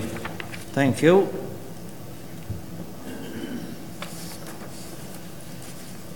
Councillor Coleman. Mr. Mayor. Yes. I'm concerned, or I'm confused on this procedure here right now. I am. Because to me, if we pass it to receive it. Yes, sir. There needs to be notice of motion to re-examine the issue. That's what I take it as, because the council is receiving it and approving it, if it is approved. And I thought we just voted on it to receive it. No, sir, we haven't. We haven't voted on it. We haven't voted on it, have we? Well, we had called the motion, but we didn't declare the results. No, we didn't declare the results, so it's up there. It's up there. I don't see it. It's in the clouds. It's in the clouds. Councillor Simons. Mr. Mayor, could I just rejig that motion, if I may? Rejig it. Is that a word we can use at council? We have a motion before us. To receive, yes, to receive. With, I don't want to use the word payment, with compensation of X number of dollars, and I don't know what that figure would be. I need the help with the council. To receive the information and to fulfill That's their... not what it says. It says to receive the request. It received the letter, which is receiving the request. That's different to receiving for information, in my opinion. So we're receiving the request of the 49,000, is that what you're saying? That's, yeah, well, that's what the But we're not request doing is. anything about it, in other words. I need clarification of that motion, because it's kind of... Heather, could you give me clarification as to if we receive it, what I'm trying to say is I'd like to receive the information, but I'd like to give them some kind of compensation towards it. And whether it be 20,000 or 25,000, whatever the No, council that's not decides. correct. If you receive it, you receive it. Councillor Pierce. Thank you, Mr. Mayor, and I would like to thank Councillor Coleman there because between my coughs, you hit it right on the head. That's my point here. If we choose to receive this, that's what it is. And in order to do any sort of motion against that particular item that we received, we would need a motion of notice to recall it. Thank you. That's where I'm confused here. Is that correct? Well, technically, to receive his information is just that, to receive it. What we've done in the past is we've received his information and that no further action be taken on a matter if we were receiving and closing, and that's the end of that. Yeah. Sometimes. But, I mean, I would say that technically a motion to reconsider receiving an item wouldn't really logically make sense, but you could receive an item and then take another action on it on top of that. And it doesn't require a motion to reopen the matter. No, because you can receive a matter and then take action on it later. I don't see that would require a reconsideration. If we had received and no action be taken, then that would clearly require reconsideration. Close it. Thank you. Councillor Gatward, and then Councillor Powell. Okay. At this point, then, if it hasn't been declared, if the mover and seconder withdrew their motion to receive and made a different motion. That's up to the mover and seconder, Councillor. So, do you wish to vote on a motion to receive the letter? Mr. Mayor, I will remove my motion. My motion to receive. Oh, you're taking it Asking off. the seconder to support that. Okay, the motion is, the letter is before us, then. We don't have a motion. There you go. Correct? Councillor Miller. Seconder needs to approve. Councillor Miller? I appreciate that, Mr. Mayor. I'd like to deal with this once and for all. And so I will make the motion that the council support the CCOB with $10,000 right now, subject to proper documentation of their invoices, and that the remainder of the requested amount, $39,716.45, be referred to the budget process for 2019. Seeking a seconder, and I will, if I get a seconder, I will speak to it.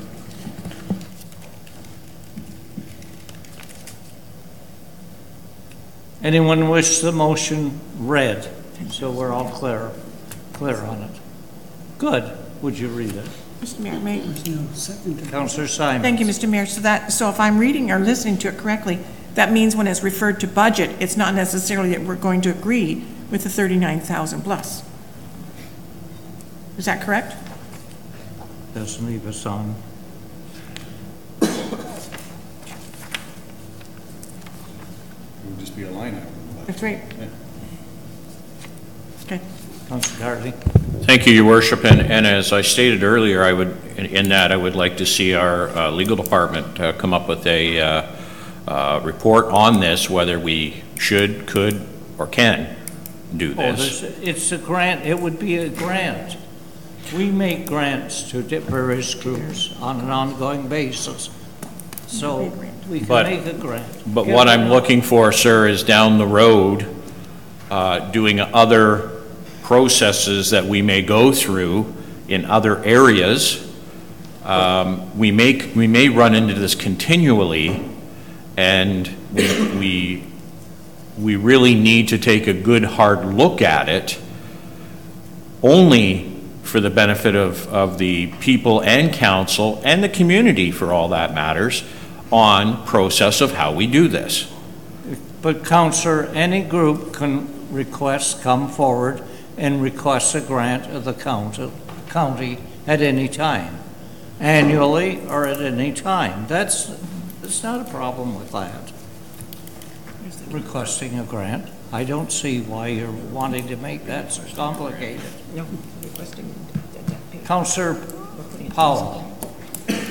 In the reading of the letter, the information, when all this started, our water department looked at the situation. They brought in outside consultants to look at it, and they went to the environmental people, and basically they agreed with what the county was doing. Now, since then, this group came in, and in a sense, they took a somewhat negative view on some of the results that were put forward by our department and our consultants, and kind of dragged it on. When that one got voted down or discussed, then they would bring up a second and a third and a fourth. Now, I know they did a lot of work, but in one sense, I thought it was technically solved by our staff, outside consultants, the environment. What we were doing was okay to do. And all of this became somewhat of a delaying process, and I know they brought in experts, et cetera, but I think the problem ended up, the solution that our department had said in the beginning was all right to do A, B, C, D. So I'm a little hesitant about giving out county taxpayer money for something maybe wasn't entirely necessary. So you're not in favor of giving the group any money? No. No. Thank you. Okay. Councillor Miller. Just to be clear, did I get a seconder for that motion? Is there a seconder for Councillor Miller's motion? We'll ask it be read so we're absolutely clear on it. The motion is that we support the request from CCOB in the amount of $10,000 subject to the submission and review of invoices, and that the request for the balance be referred to the 2019 budget deliberations. And no, I don't have a seconder yet. I'll second it. Councillor Simon. I'll second it, Mr. Mayor. You second it? Okay. Moved and seconded. Discussion by members of council. Councillor Miller. Thank you. Yeah, I just want to follow procedure here. As far as what the CCOB does, maybe I followed what they've done maybe a little closer than other members around the table. And what they have done, and I will quote Mr. Broomfield's letter here.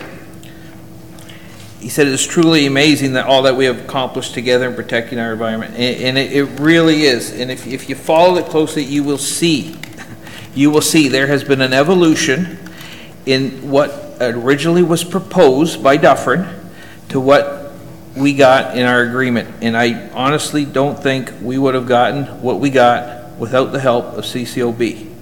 And I think the money that they're requesting is a bargain for all the work they've done.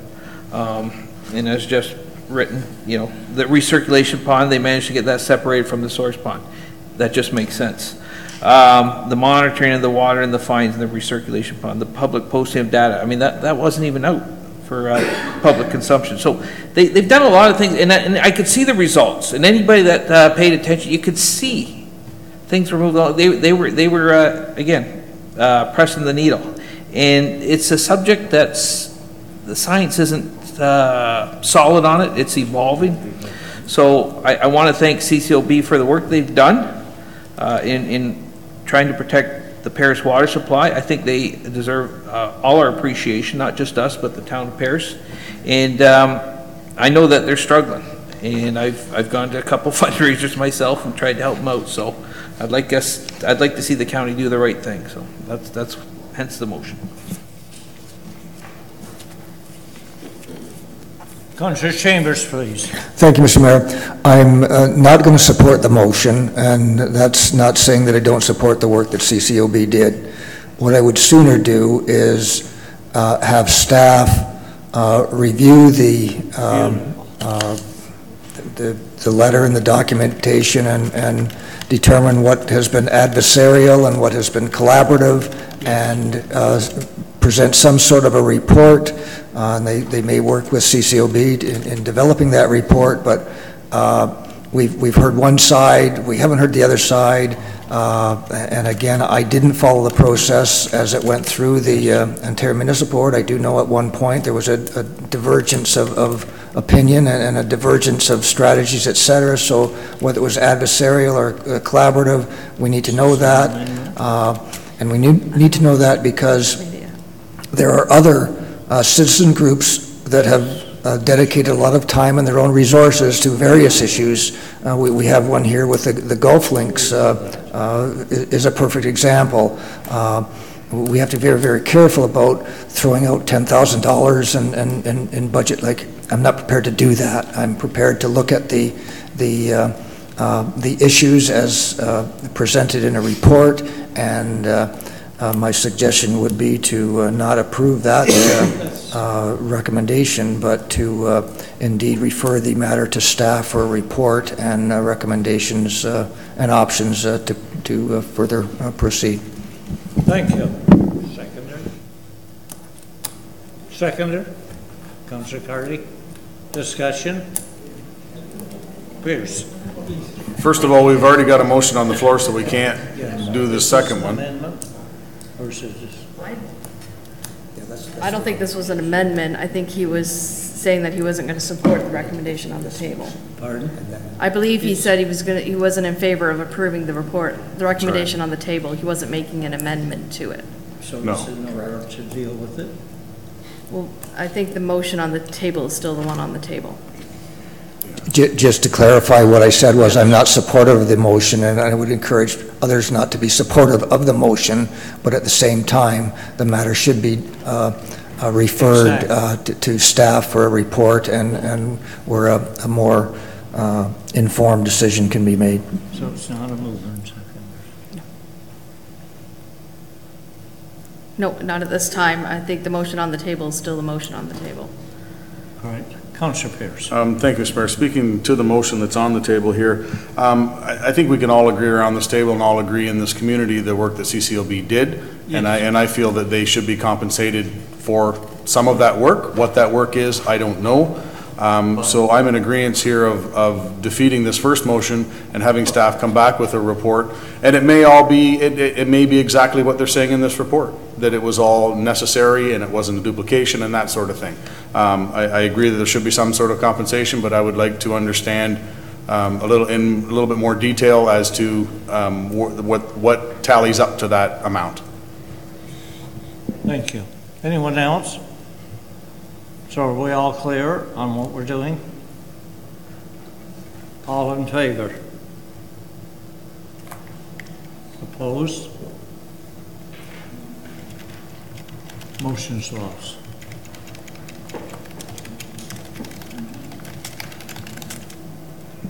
Mr. Mayor, I will make a motion that the matter that the matter be referred to staff for a report to be tabled yes.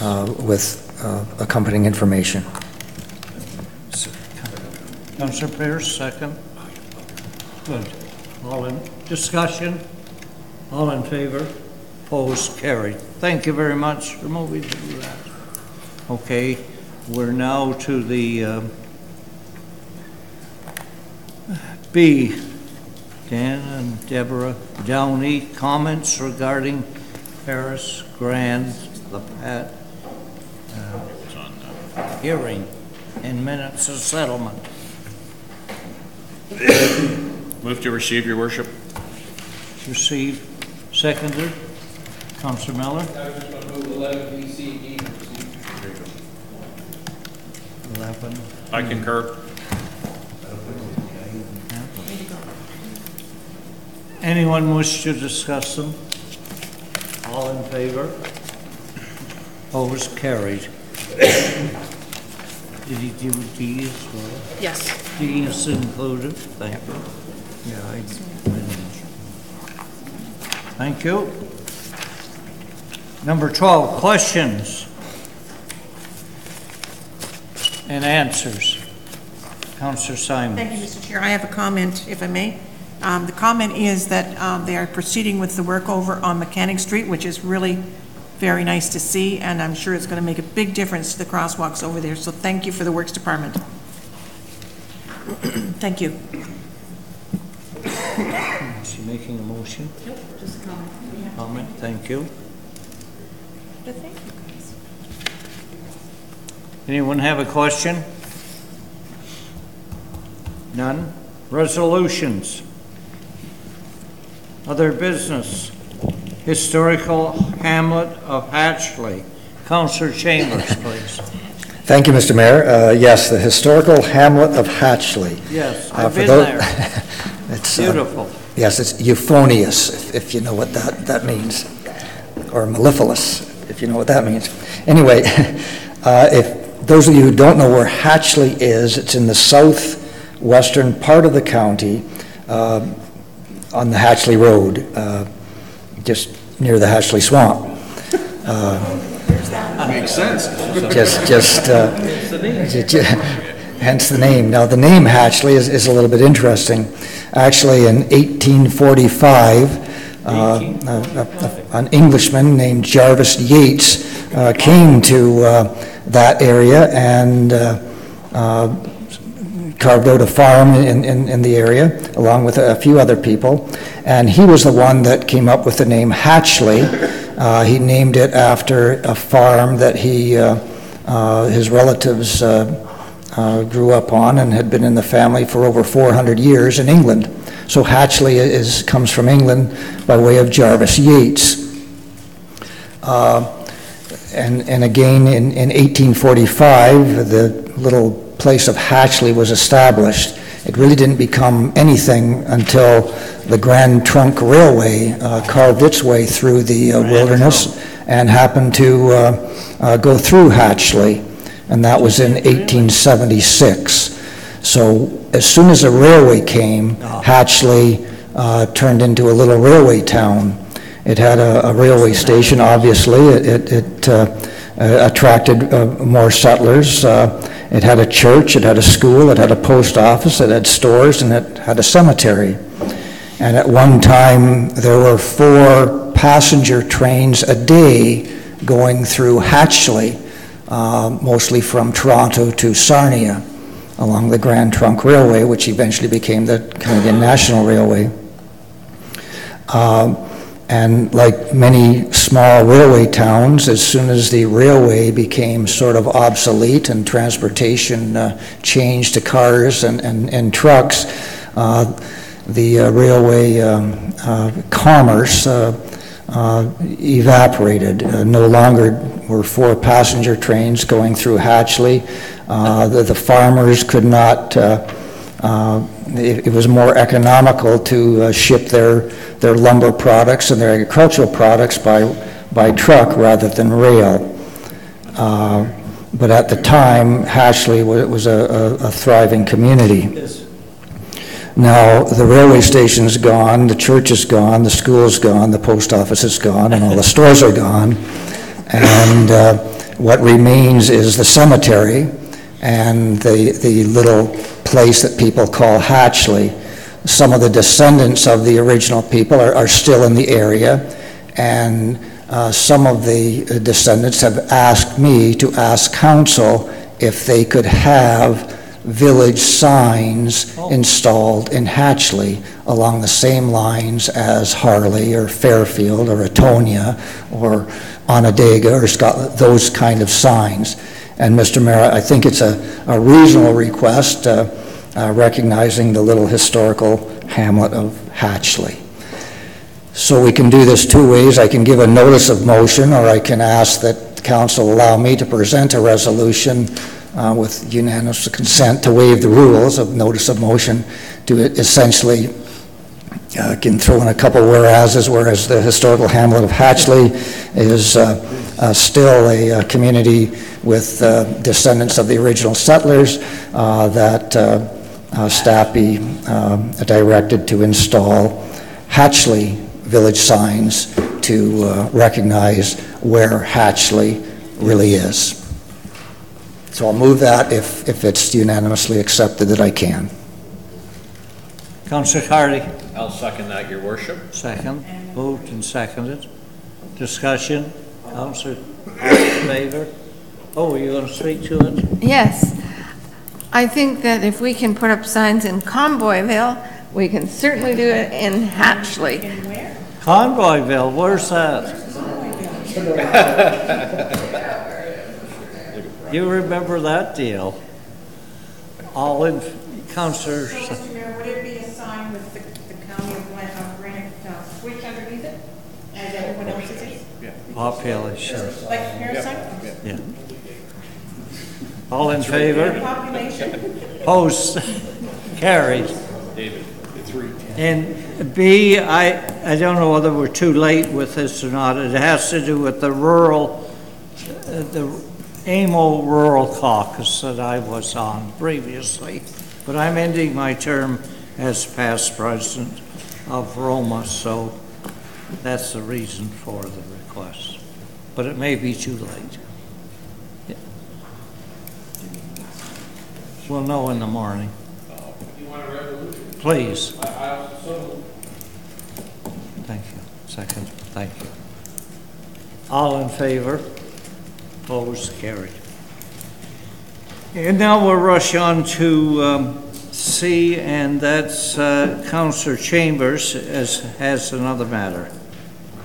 Yes, Mr. Mayor, my second matter under other business. You will recall that I challenged council and staff to enter the Brant Skills Center spelling bee. Oh, that's right. I don't know whether it was Yes, last month or the month before.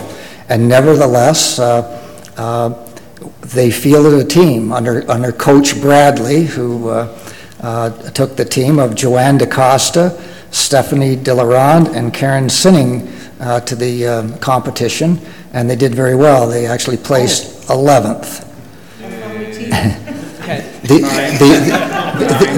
other 10 teams, I'll say that again, the other 10 teams were much more experienced and had been in the competition for several years. So for a first effort, they did very well. And they helped the Brant Skills Center raise over $14,000 with this spelling bee. So it was an enjoyable evening. Michael Bradley has promised that they will try to do better next year.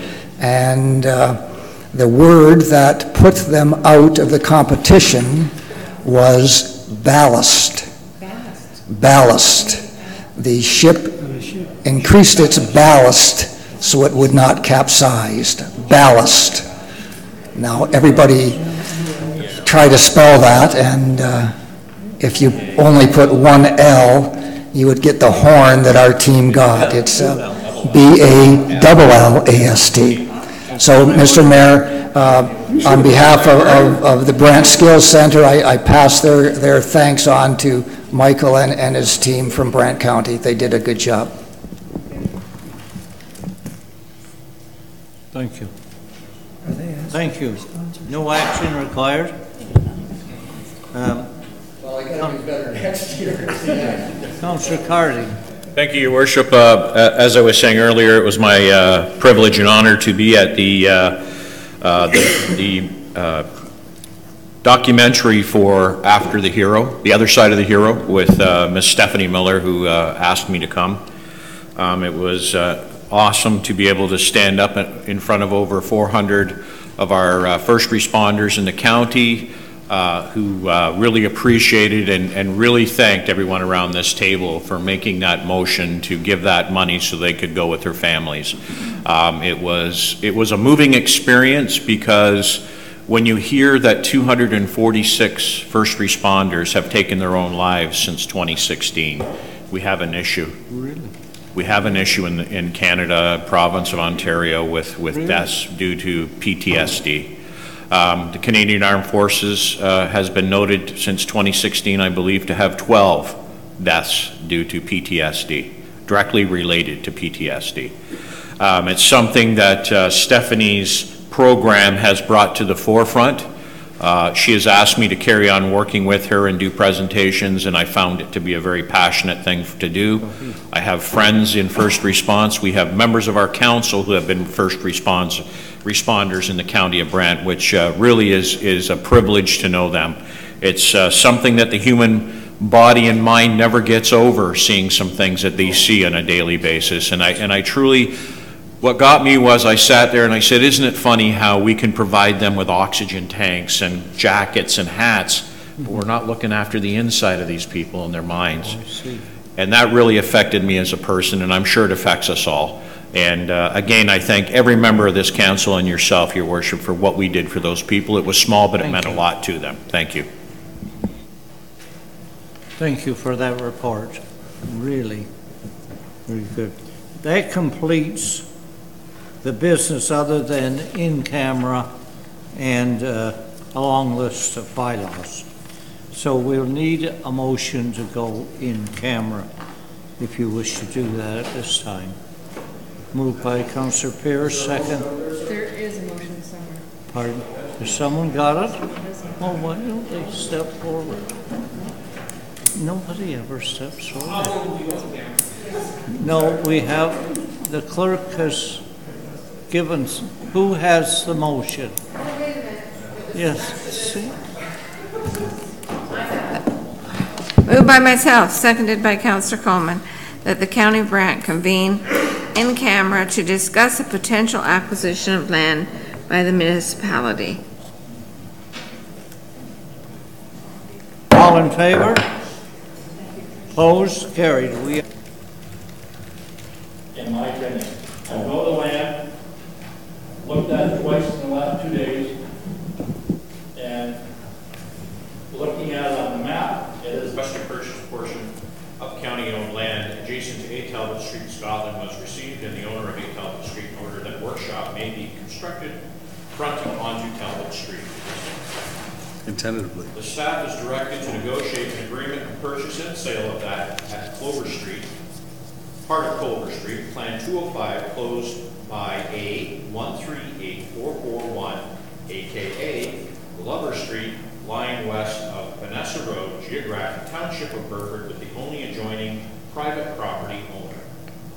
And the agreement of purchase and sale and resolution to be deemed property surplus be presented for council's consideration.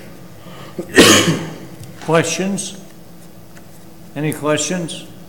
If not, all in favor? Opposed? Carried. Thank you.